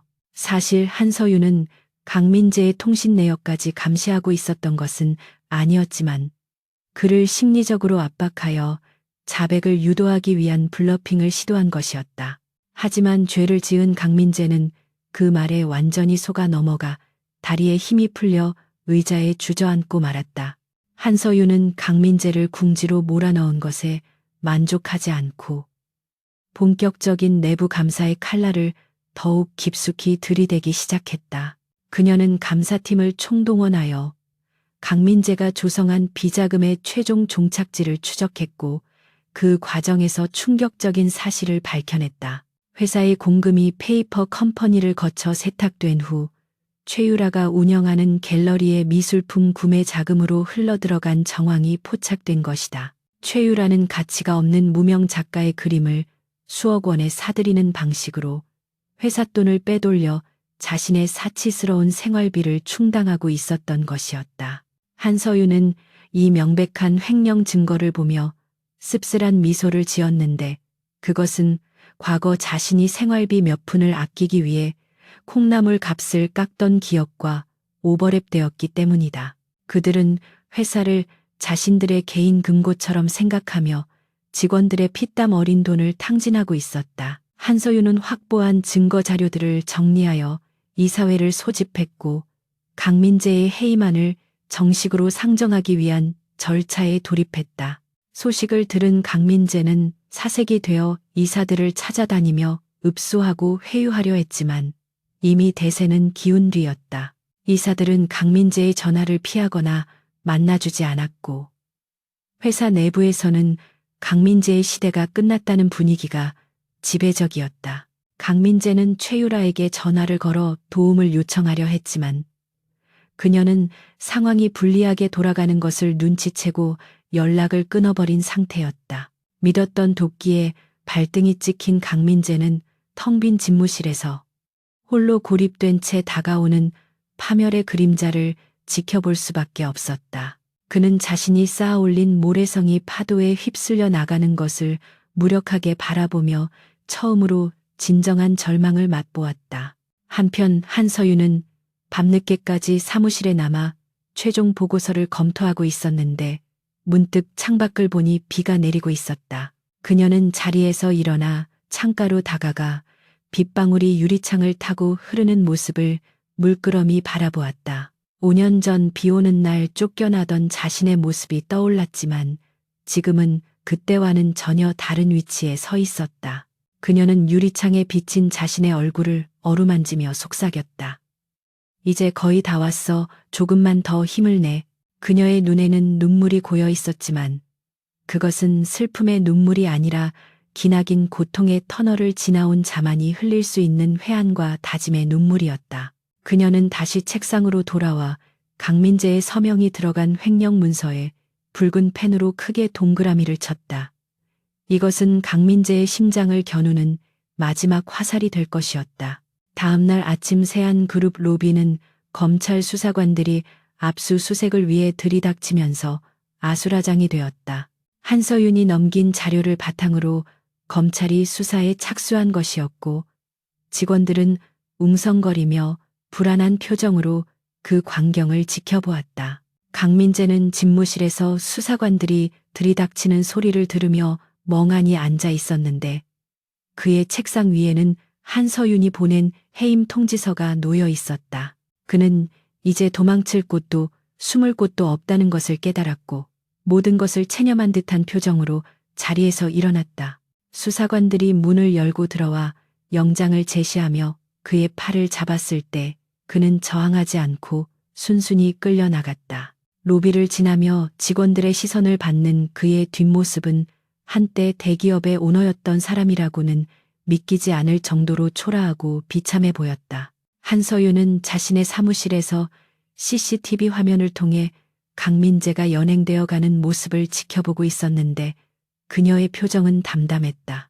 그녀는 승리의 기쁨보다는 묵은 체증이 내려가는 듯한 시원함과 동시에 묘한 허무함을 느꼈다. 강민재가 사라진 회사는 일시적인 혼란에 빠지겠지만 그녀는 곧바로 비상 경영 체제를 선포하고 조직을 안정시킬 준비가 되어 있었다. 그녀는 인터폰을 눌러 비서실장에게 전 직원 회의를 소집하라고 지시했고 이제는 자신이 직접 나서서 회사를 이끌어야 할 때임을 자각했다. 그녀는 거울을 보며 옷매무새를 다듬고 결의에 찬 표정으로 문을 나섰다. 강민재라는 암적인 존재가 제거된 세안그룹은 이제 그녀의 손에서 새롭게 태어날 것이었다. 하지만 모든 것이 끝난 것은 아니었는데 최유라가 아직 건재하고 있었기 때문이었다. 강민재가 검찰에 잡혀갔다는 소식을 들은 최유라는 갤러리에 있는 고가의 미술품들을 급히 처분하고 해외로 도피할 계획을 세우고 있었다. 그녀는 자신의 명의로 된 비밀 계좌에 있는 돈을 인출하기 위해 은행으로 향했지만 창구 직원은 난처한 표정으로 그녀의 계좌가 동결되었다는 사실을 알려주었다. 한서윤이 이미 손을 써서 횡령 혐의와 관련된 모든 계좌를 묶어버린 것이었다. 최유라는 은행 로비에서 악을 쓰며 난동을 부렸지만 경비원들에게 끌려나가는 신세가 되었다. 빈털터리가 된 채 거리로 내쫓긴 최유라는 빗속을 헤매며 강민재를 저주하고 한서윤을 증오했지만 그녀가 할 수 있는 일은 아무것도 없었다. 한서윤은 강당에 모인 수천 명의 직원들 앞에서 단상에 올라 마이크를 잡았다. 그녀의 등장은 장내를 순식간에 조용하게 만들었고 직원들은 불안과 기대를 섞어 그녀를 바라보았다. 여러분, 지난 시간 동안 무능하고 부패한 경영진 때문에 얼마나 고생이 많으셨습니까? 이제 세안그룹은 과거의 오명을 씻고 투명하고 공정한 기업으로 다시 태어날 것입니다. 제가 앞장서겠습니다. 저를 믿고 따라와 주십시오. 그녀의 진심 어린 연설은 직원들의 마음을 움직였고 강당에는 우레와 같은 박수 소리가 울려 퍼졌다. 한서윤은 그들의 눈빛에서 희망을 보았고 자신이 하고 있는 일이 단순한 복수가 아니라 수많은 사람들의 삶을 지키는 정의로운 일임을 다시 한번 확신하게 되었다. 그날 밤 한서윤은 텅 빈 회장실에 들어가 강민재가 앉아있던 의자에 앉아보았다. 가죽 냄새와 담배 냄새가 배어있는 그 자리는 생각보다 편안하지 않았고 오히려 무거운 책임감이 짓누르는 듯한 느낌을 주었다. 그녀는 책상 서랍을 열어 강민재가 남긴 물건들을 정리하다가 구석에 처박혀 있는 낡은 편지 한 통을 발견했다. 그것은 5년 전 결혼기념일에 자신이 강민재에게 써주었던 편지였는데 뜯지도 않은 채 먼지가 쌓여 있었다. 한서윤은 씁쓸한 웃음을 지으며 편지를 찢어 쓰레기통에 버렸다. 과거의 미련은 이제 먼지처럼 사라졌고 그녀에게는 오직 미래만이 남아있을 뿐이었다. 그녀는 의자를 돌려 창밖의 야경을 바라보며 깊은 숨을 들이마셨다. 내일은 대망의 주주총회가 있는 날이고 그곳에서 그녀는 세안그룹의 새로운 주인으로서 공식적인 첫 발을 내딛게 될 것이었다. 어둠이 짙게 깔린 도시 위로 새벽이 밝아오고 있었고 폭풍우가 지나간 자리에는 새로운 태양이 떠오를 준비를 하고 있었다. 한서윤은 잠시 눈을 감고 다가올 내일을 그리며 짧은 휴식을 취했다. 그녀의 전쟁은 아직 끝나지 않았지만 승리의 여신은 이미 그녀의 편에 서서 미소 짓고 있었다. 그녀는 이제 더 이상 버려진 여자가 아니라 스스로 운명을 개척하고 세상을 호령하는 여제였다. 세안그룹의 운명을 결정지를 임시 주주총회가 열리는 대강당은 이른 아침부터 몰려든 취재진과 주주들로 인산인해를 이루고 있었는데 그 열기는 마치 폭발 직전의 화약고와도 같았다. 수백 명의 인파가 뿜어내는 웅성거림은 거대한 파도 소리처럼 강당을 가득 메웠고 곳곳에서 터지는 카메라 플래시는 긴장감을 더욱 고조시키고 있었다. 강민재는 막대한 보석금을 내고 가까스로 불구속 상태에서 재판을 받게 되었는데 그는 오늘 이 자리가 자신의 목숨을 부지할 마지막 기회임을 누구보다 잘 알고 있었다. 그는 수척해진 얼굴을 감추기 위해 짙은 화장을 하고 최고급 양복을 갖춰 입었지만 초조하게 흔들리는 동공까지는 숨길 수가 없었다. 그는 단상 아래 대기석에 앉아 자신의 편이라 믿고 있는 우호, 지분 세력과 원로 이사들을 힐끔거리며 마른 입술을 축이고 있었다.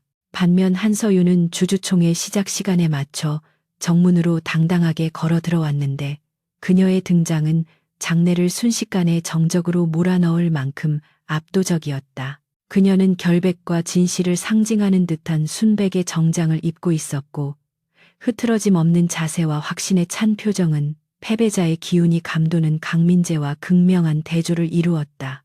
그녀가 통로를 지나갈 때마다 주주들은 길을 터주며 경외심 어린 시선으로 그녀를 바라보았고 이는 이미 마음의 저울이 어디로 기울었는지를 보여주는 단면이었다. 한서윤은 단상 맞은편에 마련된 RS 캐피탈 대표 자리에 착석하며 강민재를 향해 짧고 차가운 눈인사를 건넸다. 그것은 안부 인사가 아니라 사형 선고를 앞둔 죄인에게 보내는 판사의 마지막 자비와도 같은 눈빛이었다. 곧이어 의장의 개회 선언과 함께 주주총회가 시작되었고 첫 번째 순서로 현 대표이사인 강민재의 신상 발언 기회가 주어졌다.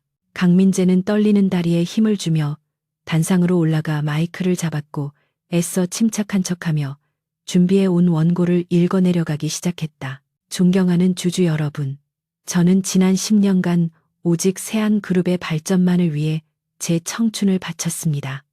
지금 제게 씌워진 혐의는 외부 투기 자본이 경영권을 탈취하기 위해 꾸며낸 악의적인 모함입니다. 그는 목소리를 높여 억울함을 호소하며 감정에 호소하는 전략을 구사했는데 일부 주주들은 그의 열변에 동요하는 듯한 모습을 보이기도 했다. 강민재는 한서윤을 손가락으로 가리키며 저 여자는 개인적인 원한으로 회사를 망가뜨리려 하고 있다고 소리쳤고 장내는 잠시 술렁거렸다. 강민재는 분위기가 자신에게 조금 유리하게 돌아간다고 착각하고 회심의 미소를 지으며 발언을 이어갔다. RS 캐피탈은 기업 사냥꾼입니다. 그들은 우리 회사를 인수해 조각내어 팔아치운 뒤 막대한 차익을 챙겨 떠날 것입니다. 우리 민족 기업 세안을 지킬 수 있는 사람은 오직 저 강민재뿐입니다. 그는 애국심 마케팅까지 동원하여 자신을 회사의 수호신으로 포장하려 했고 사전에 매수해둔 일부 주주들이 박수를 치며 분위기를 선동했다. 강민재는 단상을 내려오며 한서윤을 노려보았고 자신의 연설이 성공적이었다고 자평하며 안도했다. 그는 원로 이사들이 자신에게 힘을 실어줄 것이라고 굳게 믿고 있었기에 투표 결과가 뒤집힐 수도 있다는 헛된 희망을 품고 있었다. 하지만 이어진 한서윤의 순서는 강민재의 희망을 산산조각 내는 충격적인 폭로전의 시작이었다. 한서윤은 단상에 올라 감정적인 호소 대신 준비해온 프레젠테이션 화면을 띄우며 차분하고 논리적인 어조로 입을 열었다. 강민재 대표가 말하는 민족기업 수호가 과연 진실일까요? 지금부터 제가 보여드리는 자료는 강 대표가 회사를 지키기는커녕 팔아먹으려 했다는 명백한 증거입니다. 화면에는 강민재가 비밀리에 경쟁사인 해외 기업과 접촉하여 세안그룹의 핵심 기술인 차세대 반도체 설계도를 매각하려 했던 이메일과 계약서 초안이 적나라하게 공개되었다. 이는 단순한 횡령을 넘어 회사의 존립 자체를 위협하는 산업 스파이 행위나 다름없는 중대한 범죄였다. 주주석에서는 경악과 분노의 탄성이 터져 나왔고 강민재를 지지하던 사람들조차 믿을 수 없다는 표정으로 웅성거리기 시작했다. 한서윤은 화면을 넘기며 설명을 이어갔는데 그녀의 목소리에는 한치의 흔들림도 없었다. 강민재 씨는 자신의 개인 채무를 갚기 위해 회사의 미래 먹거리인 연구개발 성과를 단돈 몇 푼에 넘기려 했습니다. 이것이 그가 말하는 애국입니까? 그녀의 날카로운 지적에 강민재의 얼굴은 흑빛으로 변했고 그는 자리에서 일어나 조작된 자료라고 소리쳤지만 마이크가 꺼진 상태라 그의 목소리는 허공에 흩어질 뿐이었다. 주주들은 배신감에 치를 떨며 강민재를 향해 야유를 보내기 시작했고 장내 분위기는 순식간에 험악해졌다. 한서윤은 여기서 멈추지 않고 두 번째 증거를 제시했는데 그것은 강민재가 믿고 의지하던 원로 이사들과 관련된 내용이었다. 화면에는 강민재가 변호사와 나눈 대화 녹취록이 텍스트로 변환되어 띄워졌고 동시에 스피커를 통해 그의 육성이 생생하게 흘러나왔다. 이번 횡령건은 김 전무와 박 이사에게 전부 뒤집어 씌우면 됩니다. 그 늙은이들은 어차피 은퇴할 때가 됐으니 적당히 보상해주고 꼬리 자르면 그만이에요. 강민재의 목소리가 강당에 울려 퍼지자 주주석 앞줄에 앉아있던 김 전무와 박 이사의 얼굴은 충격과 분노로 붉게 달아올랐다. 그들은 강민재가 자신들을 지켜줄 것이라 믿고 끝까지 그를 지지하려 했으나 돌아온 것은 토사구팽이라는 잔혹한 현실이었다. 격분한 김 전무는 자리에서 벌떡 일어나 강민재를 향해 삿대질을 하며 고함을 질렀다. 강민재, 네가 감히 우리한테 이럴 수가 있어. 우리가 너를 위해 얼마나 헌신했는데 우리를 제물로 바치려 해. 장내는 아수라장이 되었고 강민재는 당황하여 김 전무에게 다가가려 했지만 이미 등을 돌린 이사들은 그를 외면했다. 한서윤은 냉정한 표정으로 이 상황을 지켜보며 마이크를 잡고 결정타를 날렸다. 보시다시피 강민재 대표는 자신의 안위를 위해서라면 평생을 함께한 동료마저 가차없이 버리는 인물입니다. 이런 사람에게 회사의 경영을 계속 맡기시겠습니까? 그녀의 질문은 주주들의 가슴에 불을 질렀고 더 이상 강민재를 옹호하는 사람은 단 한 명도 남지 않게 되었다. 이제 투표 절차만이 남았지만 결과는 이미 정해진 것이나 다름없었고 형식적인 절차일 뿐이었다. 강민재는 떨리는 손으로 물컵을 집어들었지만 손이 너무 심하게 떨려 물을 쏟고 말았고 그 모습은 그의 몰락을 상징하는 듯했다. 전자투표가 시작되고 스크린에 실시간 집계 현황이 표시되자 찬성률 그래프가 압도적인 속도로 치솟아 올랐다. 강민재 해임안에 대한 찬성표가 90%를 넘어서는 순간 강민재는 의자 깊숙이 몸을 파묻으며 고개를 떨구었다. 그것은 완벽한 패배였고 그가 지난 5년간 쌓아 올린 탐욕의 탑이 무너져 내리는 순간이었다. 개표 결과가 발표되자 의장은 의사봉을 두드리며 강민재 대표이사의 해임안이 가결되었음을 공식적으로 선포했다. 와 하는 함성과 함께 박수 소리가 터져 나왔지만 강민재의 귀에는 그 소리가 마치 이명처럼 웅웅거릴 뿐이었다.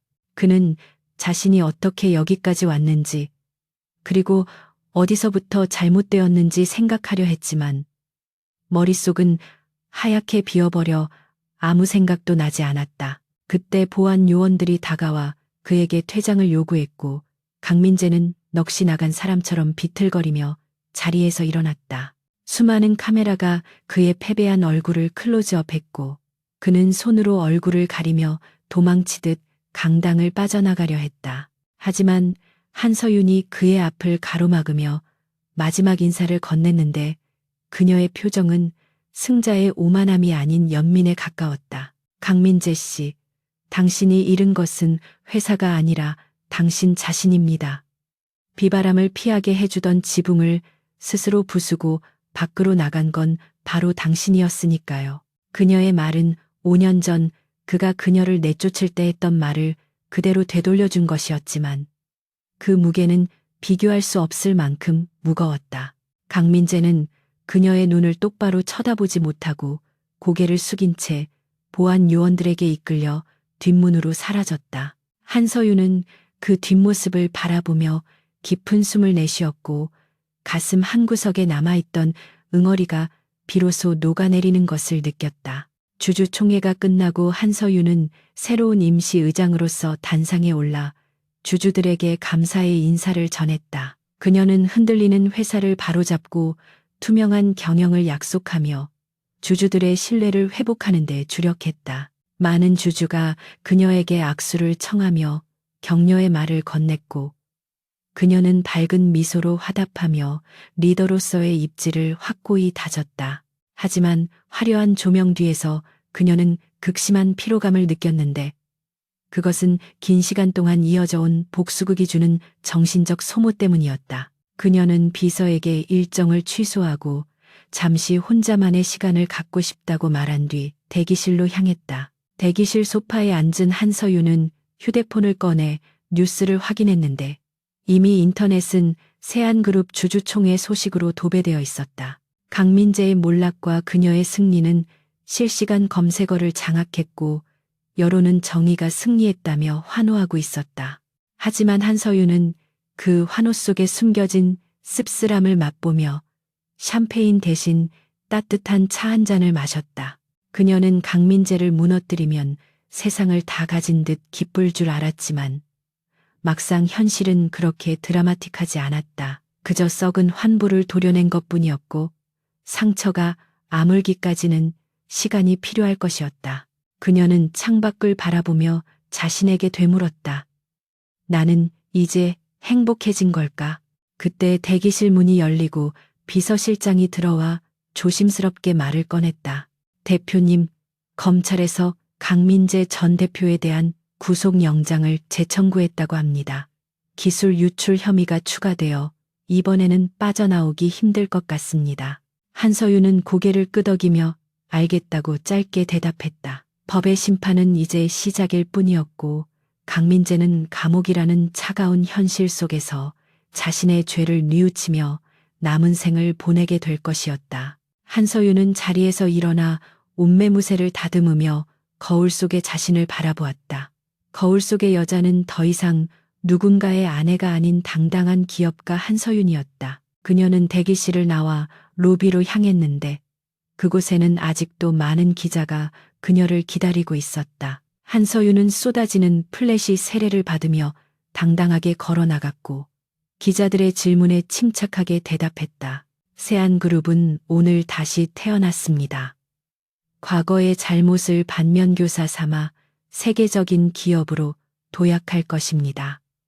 그녀의 목소리는 힘찼고 눈빛은 미래를 향해 빛나고 있었다. 이제 그녀 앞에는 강민재라는 장애물은 사라졌고 오직 끝없이 펼쳐진 탄탄대로만이 놓여 있었다. 한서윤이 회사를 나서는 길에 문득 하늘을 올려다보니 며칠간 쏟아지던 비는 멈추고 맑게 갠 하늘이 펼쳐져 있었다. 구름 사이로 내리쬐는 햇살이 그녀의 어깨를 따뜻하게 감싸주었고 그녀는 비로소 진정한 자유를 느꼈다. 그녀는 차에 올라타며 운전기사에게 말했다. 예전 집으로 가주세요. 잠시 들를 곳이 있어요. 그녀는 이제 과거의 아픔이 서린 그곳을 찾아가 마지막 작별 인사를 하고 싶었다. 그것은 강민재와의 작별이 아닌 과거에 나약했던 자신과의 이별을 의미하는 것이었다. 차가 부드럽게 출발하자 그녀는 창문을 내리고 시원한 바람을 맞으며 미소를 지었다. 한편 구치소로 이송되는 호송차 안에서 강민재는 멍한 눈으로 창밖을 바라보고 있었다. 수갑찬 두 손은 무릎 위에 놓여 있었고 그의 곁에는 아무도 없었다. 최유라조차 연락이 두절된 지금 그는 철저히 혼자였다. 그는 문득 5년 전 한서윤이 집을 나가던 날 그녀의 뒷모습이 얼마나 쓸쓸해 보였는지를 떠올렸다. 그때 자신이 조금만 더 따뜻하게 대했더라면, 그때 그녀의 손을 놓지 않았더라면 지금의 현실은 달라졌을까. 뒤늦은 후회가 밀려왔지만 시간을 되돌릴 수는 없었다.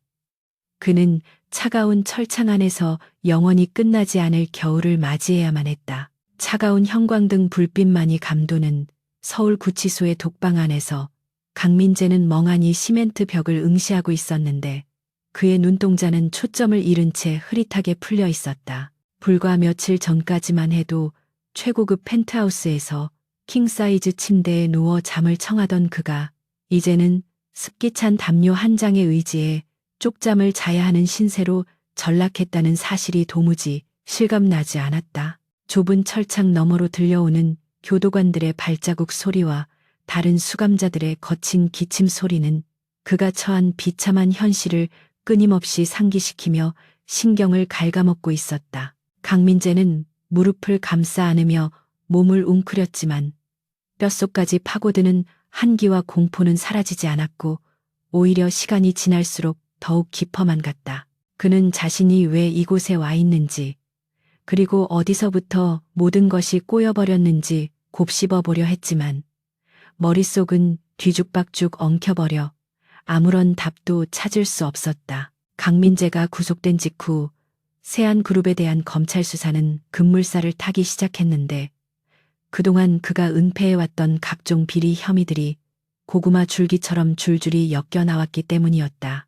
횡령과 배임은 기본이고 분식 회계와 조세 포탈 그리고 기술 유출 시도까지 드러나면서 검찰은 그에게 특정 경제 범죄 가중처벌 등에 관한 법률 위반 혐의를 적용해 최고형을 구형하겠다는 의지를 밝혔다. 한때 그를 변호하겠다고 줄을 섰던 대형 로펌의 변호사들은 사태가 심각해지자 하나둘씩 발을 빼기 시작했고 남은 것은 국선 변호인뿐이었다. 강민재는 면회실 유리벽 너머로 무관심한 표정의 국선 변호사를 마주하며 자신의 인생이 철저하게 무너져 내렸음을 뼈저리게 느꼈다. 돈이 곧 권력이고 인맥이라 믿었던 그의 신념은 차가운 현실 앞에서 산산조각 나버렸다. 한편 강민재의 몰락과 함께 최유라의 삶 역시 벼랑 끝으로 내몰리고 있었는데 그녀는 강민재가 구속되자마자 숨겨둔 현금과 폐물을 챙겨 밀항을 시도하려 했다. 하지만 이미 출국 금지 조치가 내려진 상태였고 그녀의 얼굴은 뉴스에 대서 특필되어 있어 숨을 곳조차 마땅치 않았다. 그녀는 허름한 모텔방을 전전하며 불안에 떨었고 가지고 나온 현금마저 바닥을 드러내자 극심한 공포에 시달려야 했다. 그녀는 편의점에서 컵라면으로 끼니를 때우며 화려했던 지난 날을 회상했지만 돌아오는 것은 비참한 현실뿐이었다. 그녀는 자신이 강민재를 유혹해 한서윤을 몰아내고 차지했던 그 자리가 사실은 모래 위에 지은 성이었다는 것을 뒤늦게 깨닫고 땅을 치며 후회했다. 결국 최유라는 첩보를 입수한 경찰에 의해 모텔방에서 체포되었는데 그녀는 연행되는 과정에서 악을 쓰며 저항했지만 소용이 없었다. 경찰서 조사실에 앉은 그녀는 화장이 엉망으로 번진 채 헝클어진 머리를 하고 있어 한때 재벌가 사모님 소리를 듣던 여자라고는 믿기지 않는 몰골이었다. 그녀는 조사관에게 자신은 아무것도 모른다고 발뺌하며 모든 죄를 강민재에게 뒤집어 씌우려 했지만 경찰이 제시한 횡령 자금 사용 내역과 명의대여 증거들 앞에서는 입을 다물 수밖에 없었다. 그녀 역시 강민재의 공범으로서 법의 심판을 피할 수 없는 운명이었고 두 사람은 서로를 원망하며 함께 파멸의 구렁텅이로 빠져들고 있었다. 강민재는 구치소 안에서 최유라 역시 체포되었다는 소식을 전해 듣고는 헛웃음을 터뜨렸는데 그것은 사랑했던 여자가 몰락해서가 아니라 자신을 배신하려 했던 그녀의 말로가 통쾌해서였다. 그들의 사랑은 욕망과 이익으로 맺어진 관계였기에 위기 앞에서 허무하게 부서져 버렸고 남은 것은 서로에 대한 증오뿐이었다. 강민재는 좁은 방 안을 서성이며 한서윤을 떠올렸는데 그녀라면 지금의 자신을 보고 어떤 표정을 지을지 궁금해졌다. 그녀는 아마도 승리의 미소를 지으며 자신을 비웃고 있을 것이라 생각했지만 한편으로는 지푸라기라도 잡고 싶은 심정으로 그녀에게 매달리고 싶은 충동을 느꼈다. 그는 교도관에게 면회 신청서를 요청하며 떨리는 손으로 한서윤의 이름을 적어 내려갔다. 며칠 뒤 한서윤은 강민재의 면회 요청을 받고 잠시 고민했지만 결국 그를 만나러 가기로 결심했는데 이는 그에 대한 미련 때문이 아니라 이 지루한 악연에 확실한 마침표를 찍기 위해서였다. 그녀는 단정한 정장 차림으로 구치소 면회실에 들어섰고 유리벽 너머로 보이는 강민재의 초라한 모습에 잠시 말을 잃었다. 수의를 입고 덥수룩한 수염을 기른 채 그란 눈으로 앉아있는 남자는 5년 전 자신을 내쫓던 그 오만하고 당당했던 강민재와는 전혀 다른 사람처럼 보였기 때문이었다. 한서윤은 의자에 앉아 무표정한 얼굴로 그를 바라보았고 강민재는 그녀의 눈을 피하지 못한 채 고개를 떨구었다. 서윤아 와줬구나. 정말 고맙다. 나는 네가 안 올 줄 알았어라며 강민재가 힘없는 목소리로 입을 열었다. 그의 목소리는 갈라져 있었고 비굴함이 묻어 있어 듣는 사람을 불편하게 만들었다. 한서윤은 차가운 어조로 용건만 말하세요. 제 시간은 비쌉니다라고 잘라 말했다. 강민재는 침을 꿀꺽 삼키며 유리벽에 손을 대고 애원하듯 말했다. 나 좀 살려줘. 서윤아, 내가 잘못했어. 내가 미쳤었나 봐. 그때 너를 버리는 게 아니었는데 내가 뼈저리게 후회하고 있어. 제발 탄원서라도 한 장 써주면 안 될까? 그의 뻔뻔한 요구에 한서윤은 기가 막혀 실소를 터뜨렸다. 자신을 죽이려 했던 사람에게 살려달라고 비는 그 모습이 너무나도 역겨웠기 때문이었다. 당신은 정말 변한 게 하나도 없군요. 여전히 자기밖에 모르는 이기적인 인간이에요. 한서윤은 싸늘하게 내뱉었다. 당신이 지금 겪고 있는 고통은 당신이 지은 죄에 대한 정당한 대가입니다. 저에게 자비를 바라지 마세요. 저는 신이 아니니까요. 그녀의 단호한 거절에 강민재의 표정이 일그러지기 시작했다. 야, 한서윤, 너 어떻게 나한테 이럴 수 있어. 우리가 함께 산 세월이 얼만데 네가 나한테 복수하려고 작정하고 덤빈 거잖아. 네가 내 인생 다 망친 거라고. 그는 본성을 드러내며 악을 쓰기 시작했고 교도관이 제지하려 다가올 정도였다. 한서윤은 동요하지 않고 자리에서 일어나 유리벽에 가까이 다가가 강민재의 눈을 똑바로 응시하며 말했다. 당신 인생을 망친 건 내가 아니야. 바로 당신 자신이지. 당신의 끝없는 탐욕과 오만함이 당신을 여기로 이끈 거야. 나는 그저 거울을 비춰줬을 뿐이라고. 그녀의 말은 강민재의 가슴에 비수처럼 꽂혔고 그는 말문이 막혀 씩씩거리기만 했다. 한서윤은 마지막으로 그에게 작별 인사를 건넸다. 다시는 볼 일 없을 거야. 강민재 여기서 평생 네가 무슨 짓을 했는지 곱씹으며 살아. 이게 내가 너에게 주는 마지막 배려야. 그녀는 뒤도 돌아보지 않고 면회실을 나갔고 등 뒤에서 강민재의 절규하는 소리가 들려왔지만 그녀의 발걸음은 멈추지 않았다. 구치소를 빠져나온 한서윤은 하늘을 올려다보며 깊은 숨을 내쉬었는데 가슴속을 짓누르던 무거운 돌덩이가 사라진 듯한 기분을 느꼈다.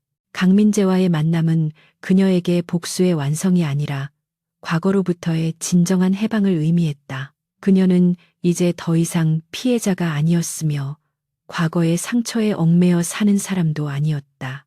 그녀는 대기하고 있던 차에 올라타 비서에게 회사로 가자고 말했고 차는 시원하게 뚫린 도로를 질주하기 시작했다. 그녀는 창밖 풍경을 바라보며 앞으로 펼쳐질 자신의 새로운 인생을 설계하기 시작했다. 강민재에 대한 1심 선고 공판이 열리던 날 법정은 취재진과 방청객들로 가득 찼고 긴장감이 감돌았다. 판사는 판결문을 읽어내려가며 강민재의 죄질이 매우 불량하고 반성의 기미가 없으며 사회에 끼친 해악이 크다고 질타했다. 피고인 강민재에게 징역 15년을 선고한다라는 판사의 주문이 떨어지자 방청석에서는 술렁임이 일었고 강민재는 다리에 힘이 풀려 주저앉고 말았다.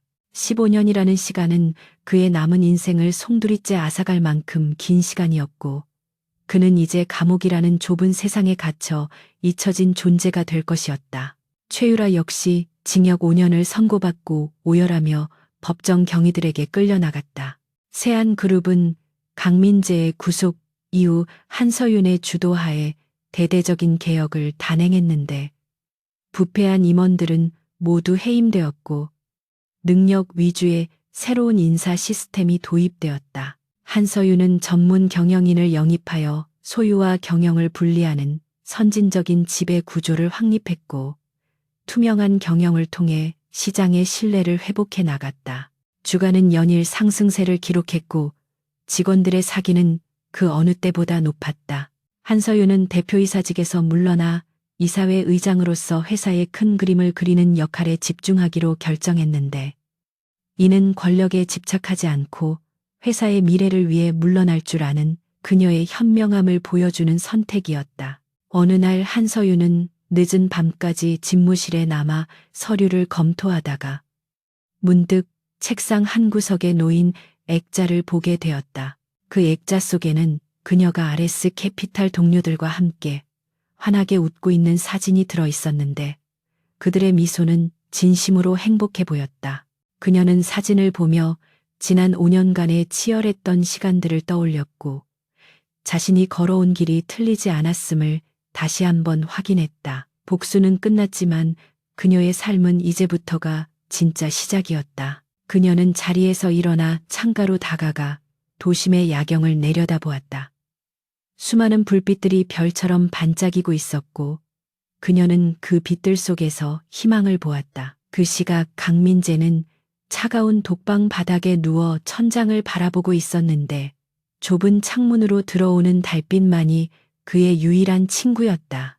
그는 밖에서 들려오는 풀벌레 소리에 귀를 기울이며 자유로웠던 시절을 그리워했다. 한서윤이 차려주던 따뜻한 밥상과 그녀의 온기가 사무치게 그리웠지만 그것은 이제 영원히 잡을 수 없는 꿈이 되어버렸다. 그는 눈을 감고 후회의 눈물을 흘렸지만 그 눈물을 닦아줄 사람은 아무도 없었다. 그는 고독과 절망 속에서 긴긴 밤을 지새워야 했고 그것이 그에게 주어진 가장 가혹한 형벌이었다. 한서윤은 주말을 맞아 보육원을 방문하여 아이들과 함께 시간을 보냈는데 그녀는 자신의 재산을 사회에 환원하기 위한 재단을 설립할 계획을 가지고 있었다. 아이들의 해맑은 웃음소리는 그녀의 지친 마음을 치유해 주었고 그녀는 나눔을 통해 진정한 행복의 의미를 깨달아가고 있었다. 그녀는 한 아이를 안아주며 약속했다. 너희들이 꿈을 펼칠 수 있는 세상을 만들어줄게. 그녀의 다짐은 진심이었고 그녀는 자신이 가진 힘을 세상을 더 따뜻하게 만드는 데 쓰기로 결심했다. 강민재가 파괴하고 앗아가는 삶을 살았다면 그녀는 짓고 나누는 삶을 선택한 것이었다. 계절이 바뀌어 거리에 낙엽이 뒹구는 가을이 되었고 세안그룹은 창립 이래 최대의 흑자를 기록하며 화려하게 부활했다. 한서윤은 기념식장에서 직원들의 뜨거운 박수를 받으며 단상에 올랐고 그녀의 얼굴에는 여유와 자신감이 넘쳐 흘렀다. 그녀는 축사를 통해 과거의 아픔을 딛고 일어선 우리 모두가 승리자입니다라고 말하며 직원들을 격려했다. 그녀의 연설은 많은 사람들에게 감동을 주었고 그녀는 존경받는 기업가이자 여성들의 롤모델로 자리 잡게 되었다. 행사가 끝난 후 한서윤은 홀로 회사 정원을 산책하며 깊어가는 가을의 정취를 만끽했다. 붉게 물든 단풍잎 하나가 그녀의 어깨 위에 떨어졌고 그녀는 그것을 집어들며 미소 지었다. 5년 전 그녀는 버림받은 낙엽 같은 존재였지만 지금은 단단하게 뿌리 내린 나무가 되어 있었다. 그녀는 하늘을 향해 팔을 뻗으며 자유를 만끽했다. 바람이 그녀의 머리카락을 흩날리게 했지만 그녀는 더 이상 흔들리지 않았다. 그녀는 이제 자신의 운명을 스스로 개척해 나가는 주인이었기 때문이다. 강민재의 이름은 사람들의 기억 속에서 서서히 잊혀져 갔지만 한서윤의 이름은 점점 더 빛나고 있었다. 그녀는 과거의 그림자에서 완전히 벗어나 빛을 향해 나아가고 있었고 그녀의 앞길에는 축복만이 가득할 것 같았다. 그녀는 정원을 나서며 다짐했다. 나는 행복해질 자격이 있어. 그리고 반드시 그렇게 될 거야. 그녀의 발걸음은 경쾌했고 뒷모습은 아름다웠다.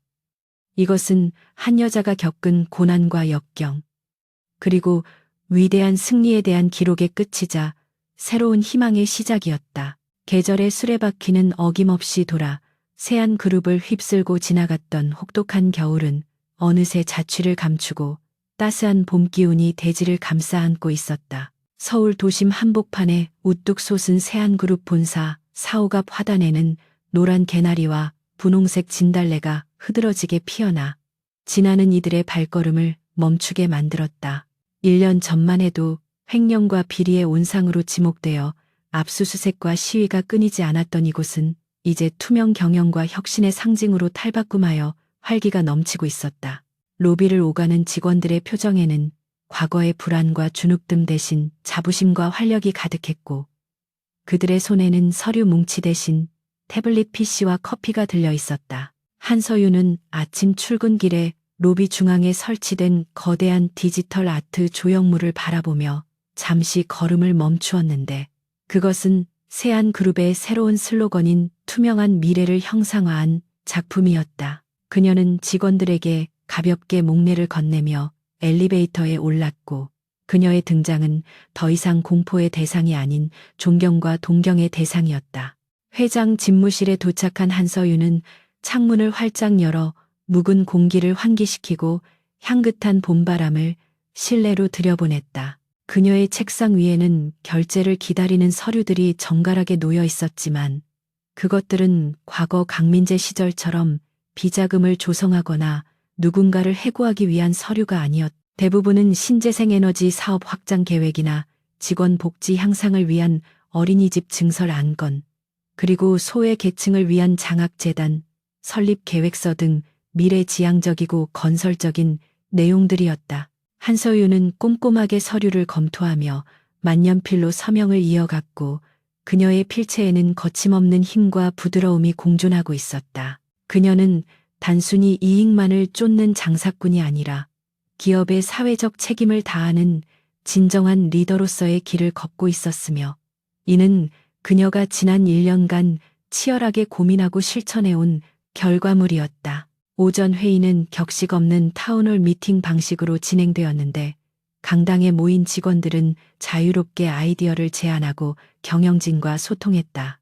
과거 강민재가 주재하던 회의가 일방적인 지시와 질타로 가득 찼던 것과는 정반대의 풍경이었다. 한서윤은 단상이 아닌 직원들과 같은 눈높이의 의자에 앉아 경청했고 신입사원의 엉뚱한 제안에도 귀를 기울이며 메모했다. 제가 생각하지 못한 부분이네요. 정말 훌륭한 아이디어입니다. 우리 한번 추진해 볼까요? 라는 그녀의 긍정적인 피드백은 직원들의 창의성을 자극하는 촉매제가 되었다. 회의가 끝나고 직원들이 삼삼오오 모여 웃으며 나가는 모습을 보며 한서윤은 가슴 벅찬 보람을 느꼈다. 회사를 살리는 것은 자금이 아니라 사람이라는 평범한 진리를 그녀는 몸소 증명해 보이고 있었다. 점심 식사 후 한서윤은 비서실장에게 오후 일정을 모두 비워달라고 지시한 뒤 운전기사를 대동하지 않고 직접 차를 몰아 회사 주차장을 빠져나갔다. 그녀가 향한 곳은 서울 외곽의 한 오래된 주택가였는데 그곳은 재개발이 확정되어 주민들이 모두 떠나고 텅 빈 집들만이 남아있는 쓸쓸한 동네였다. 내비게이션이 목적지에 도착했음을 알리자 한서윤은 차를 세우고 익숙하면서도 낯선 골목길을 천천히 걸어 올라갔다. 담벼락 곳곳에는 페인트가 벗겨져 있었고 잡초가 무성하게 자라 있었지만 그녀의 기억 속에는 이 길의 풍경이 마치 어제 일처럼 생생하게 남아 있었다. 이곳은 5년 전 그녀가 강민재와 신혼생활을 시작했던 곳이자 비 오는 날 맨발로 쫓겨났던 아픈 기억이 서린 장소였다. 한서윤은 낡은 대문 앞에 멈춰서서 녹슨 문고리를 물끄러미 바라보았는데 심장이 쿵쿵 뛰기 시작했다. 5년 전 그날 밤 쏟아지는 빗속에서 문을 두드리며 제발 문 좀 열어달라고 울부짖던 자신의 비참한 목소리가 환청처럼 들려오는 듯했다. 강민재와 시어머니는 창문 너머로 그녀를 차갑게 내려다보며 짐가방을 밖으로 던져버렸고 그녀는 진흙탕 속에 주저앉아 하염없이 눈물을 흘렸었다. 그때의 한서윤은 세상이 끝난 것 같은 절망감에 휩싸여 있었고 자신이 쓸모없는 존재라고 자책하며 죽고 싶다는 생각까지 했었다. 하지만 지금 그 문 앞에 서 있는 한서윤은 그때와는 비교할 수 없을 만큼 강인하고 아름다운 여자가 되어 있었다. 그녀는 천천히 손을 뻗어 차가운 대문을 어루만지며 속삭였다. 안녕, 나의 아픈 과거야. 이제 너를 보내줄게. 그녀는 주머니에서 열쇠를 꺼내 녹슨 자물쇠를 열고 마당 안으로 들어섰는데 마당에는 주인을 잃은 장독대들이 깨진 채 뒹굴고 있었고 빨래 건조대는 쓰러져 있었다. 그녀는 거실이 보이는 창가로 다가가 먼지 쌓인 유리창 너머로 텅 빈 집안을 들여다보았다. 저 좁은 거실에서 그녀는 시댁 식구들의 구박을 받으며 밥을 차리고 청소를 했었고 밤이면 숨죽여 울곤 했었다.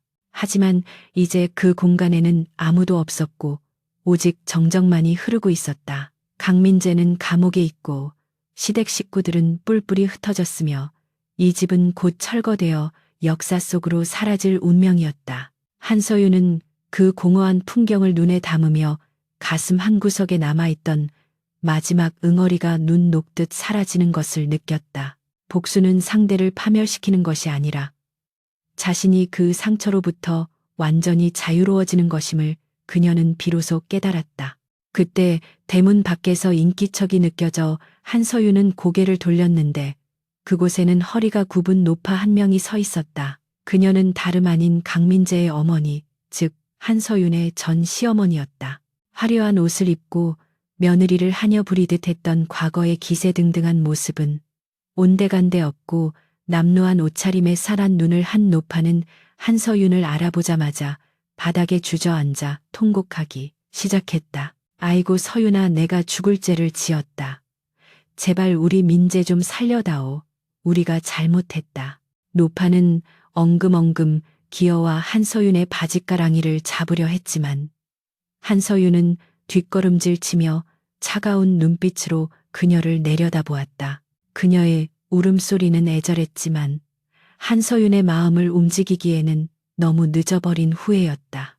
할머니 일어나세요. 여긴 공사 현장이 될 곳이라 위험합니다. 한서윤은 사무적인 말투로 그녀를 제지했다. 노파는 눈물범벅이 된 얼굴로 한서윤을 올려다보며 애원했다. 네가 지금은 회장이라며 돈도 많다면서 우리 좀 도와주면 안 되겠니? 민재 옥바라지 할 돈도 없어서 내가 이 나이에 식당 설거지를 한다. 노파의 뻔뻔한 요구에 한서윤은 헛웃음조차 나오지 않았다. 아들을 괴물로 키운 것도 모자라 아직도 자신들이 피해자인 양 행동하는 그들의 이기심은 구제불능이었다. 한서윤은 지갑에서 수표 한 장을 꺼내는 대신 명함 한 장을 꺼내 노파의 손에 쥐어주었다. 여기 적힌 곳은 무료 급식소와 노숙자 쉼터입니다. 도움이 필요하면 거기로 가보세요. 제가 드릴 수 있는 건 그게 전부입니다. 한서윤은 멍하니 명함을 바라보는 노파를 뒤로하고 대문을 나섰는데 등 뒤에서 노파의 저주 섞인 고함 소리가 들려왔지만 그녀는 뒤돌아보지 않았다. 골목길을 내려오는 그녀의 발걸음은 날아갈 듯 가벼웠고 입가에는 옅은 미소가 번졌다. 그녀는 이제 정말로 강민재라는 이름과 그 가족들이라는 지긋지긋한 족쇄에서 완전히 해방된 것이었다. 차에 오른 그녀는 시동을 걸고 백미러를 통해 멀어지는 낡은 집을 마지막으로 확인했다. 곧 저 집이 허물어지고 그 자리에 아이들을 위한 도서관이 들어서게 되면 그곳은 더 이상 아픔의 공간이 아니라 희망의 공간으로 다시 태어날 것이었다. 한서윤은 엑셀을 밟으며 넓은 도로를 향해 질주했다. 며칠 후 한서윤은 세안그룹 창립 기념 파티가 열리는 호텔 연회장에 참석했는데 그녀는 그날의 주인공으로서 가장 빛나는 자리에 서 있었다. 그녀는 화려한 드레스 대신 세련된 흰색 정장을 입고 있었고 그녀의 곁에는 정재계 유력 인사들뿐만 아니라 그녀가 후원하는 장학생들과 봉사단체 회원들이 함께하고 있었다. 그녀는 건배사를 통해 성공은 혼자만의 것이 아니며 나눌수록 커지는 것이라는 메시지를 전달했고 참석자들은 뜨거운 박수로 화답했다. 파티장 한 구석에서 그녀를 바라보는 한 남자가 있었는데 그는 RS 캐피탈 본사에서 파견된 새로운 아시아 지부장이자 그녀의 든든한 사업 파트너인 데이비드 킴이었다. 그는 한서윤에게 다가와 정중하게 춤을 청했고 두 사람은 부드러운 음악에 맞춰 왈츠를 추기 시작했다. 데이비드 킴은 춤을 추며 한서윤에게 조용히 물었다. 대표님, 복수가 끝난 지금 기분이 어떠십니까? 허무하진 않으신가요? 한서윤은 그의 질문에 잠시 생각에 잠겼다가 이내 환한 미소를 지으며 대답했다. 허무하기보다는 홀가분해요. 그리고 이제야 진짜 내 인생을 살 수 있을 것 같은 기대감이 들어요. 복수는 과거를 정리하는 과정이었을 뿐 제 인생의 목표는 아니었으니까요. 그녀의 대답은 현명했고 데이비드 킴은 그녀의 지혜와 강인함에 다시 한번 감탄했다. 한서윤은 춤을 추며 샹들리에 불빛 아래 반짝이는 사람들을 둘러보았다. 이 모든 것이 자신의 노력으로 지켜낸 결과물이라는 사실이 그녀를 벅차오르게 만들었다. 파티가 무르익어갈 무렵 한서윤은 테라스로 나와 밤하늘을 올려다보았다. 서울의 밤하늘은 여전히 화려했지만 5년 전 눈물로 얼룩져 보였던 그 풍경과는 사뭇 다르게 다가왔다. 그녀는 난간에 기대어 시원한 밤바람을 맞으며 자신에게 편지를 쓰듯 마음속으로 중얼거렸다. 고생했어, 서윤아. 정말 잘 견뎌냈어. 이제는 행복해져도 돼. 그녀의 눈가에 기쁨의 눈물이 맺혔고 그녀는 그것을 닦아내지 않고 그대로 흐르게 두었다. 그것은 지난 세월 동안 억눌러왔던 감정의 찌꺼기들이 씻겨 내려가는 정화의 눈물이었다. 3년이라는 시간이 흐른 뒤 세안그룹은 아시아를 넘어 글로벌 기업으로 도약하며 세계 시장에서 주목받는 기업이 되어 있었다. 포브스지는 한서윤을 아시아에서 가장 영향력 있는 여성 기업인 1위로 선정했고 그녀의 성공 스토리는 전 세계 경영대학원에서 필수 사례 연구로 다루어지고 있었다. 그녀가 설립한 한서재단은 수많은 불우 청소년들에게 교육의 기회를 제공하며 사회적 존경을 받고 있었고 그녀는 단순한 부자가 아닌 시대의 아이콘으로 자리 잡았다. 어느 맑은 가을 오후 인천국제공항의 출국장에는 수많은 취재진이 몰려들어 플래시를 터뜨리고 있었는데 이는 한서윤이 유엔 본부에서의 연설을 위해 출국하는 날이었기 때문이었다. 그녀는 단정한 트렌치코트 차림에 선글라스를 끼고 경호원들의 호의를 받으며 차에서 내렸고 기자들은 그녀에게 마이크를 들이대며 질문을 쏟아냈다. 회장님, 이번 연설의 주제는 무엇입니까? 세안그룹의 다음 목표는 무엇인가요? 한서윤은 잠시 걸음을 멈추고 선글라스를 벗으며 기자들을 향해 여유로운 미소를 지어 보였다. 이번 연설의 주제는 회복 탄력성과 여성 리더십입니다. 실패와 좌절을 겪은 모든 사람들에게 다시 일어설 수 있다는 희망을 전하고 싶습니다. 그리고 세안그룹의 목표는 언제나 그렇듯 더 나은 세상을 만드는 데 기여하는 것입니다. 그녀의 대답은 명료했고 자신감이 넘쳤다. 그녀는 손을 흔들어 인사한 뒤 출국장 게이트를 향해 걸어갔고 그녀의 뒷모습은 그 어느 때보다 당당하고 아름다워 보였다. 그녀의 발걸음 하나하나에는 과거의 상처를 딛고 일어선 자만이 가질 수 있는 품격이 서려 있었다. 비행기에 오른 한서윤은 창가 자리에 앉아 이륙을 기다리며 창밖을 내다보았다. 비행기가 활주로를 달려 힘차게 날아오르자 서울의 풍경이 장난감처럼 작게 멀어져 갔고 구름 위로 눈부신 태양이 모습을 드러냈다. 그녀는 구름 바다를 내려다보며 강민재를 떠올렸지만 이제 그의 얼굴은 흐릿한 옛 사진처럼 감정이 느껴지지 않았다. 그는 감옥이라는 좁은 세상에 갇혀 있겠지만 그녀는 이제 하늘보다 더 넓은 세상으로 나아가고 있었다. 그녀는 승무원이 건네준 샴페인을 한 모금 마시며 눈을 감고 다가올 미래를 상상했다. 그녀의 앞에는 아직 가보지 않은 수많은 길들이 펼쳐져 있었고 그녀는 그 길을 두려움 없이 걸어갈 준비가 되어 있었다. 그녀는 더 이상 누군가의 아내도 누군가의 며느리도 아닌 온전한 한서윤으로서 자신의 인생을 경영하고 있었다. 그녀는 품 안에서 작은 수첩을 꺼내 새로운 목표를 적어 내려갔다. 사랑하기, 배우기, 그리고 나누기. 펜 끝에서 피어나는 글자들은 그녀의 새로운 삶을 지탱해줄 나침반이 될 것이었다. 비행기는 태양을 향해 계속해서 상승했고 한서윤의 인생 또한 찬란한 정점을 향해 비상하고 있었다. 그녀는 창문에 비친 자신의 얼굴을 보며 환하게 웃었다. 그것은 세상을 다 가진 자의 오만한 웃음이 아니라 자신을 진정으로 사랑하게 된 사람만이 지을 수 있는 평온하고 따뜻한 미소였다. 버려졌던 그녀는 스스로를 구원하고 여왕이 되어 돌아왔으며 전 남편의 인생을 뒤흔드는 것을 넘어 세상을 뒤흔드는 위대한 여성으로 거듭났다. 그녀의 이야기는 끝이 났지만 그녀의 전설은 이제부터가 시작이었다. 태양빛이 그녀의 얼굴을 가득 비추며 축복처럼 쏟아져 내렸고 그녀는 그 빛 속으로 기꺼이 걸어 들어갔다.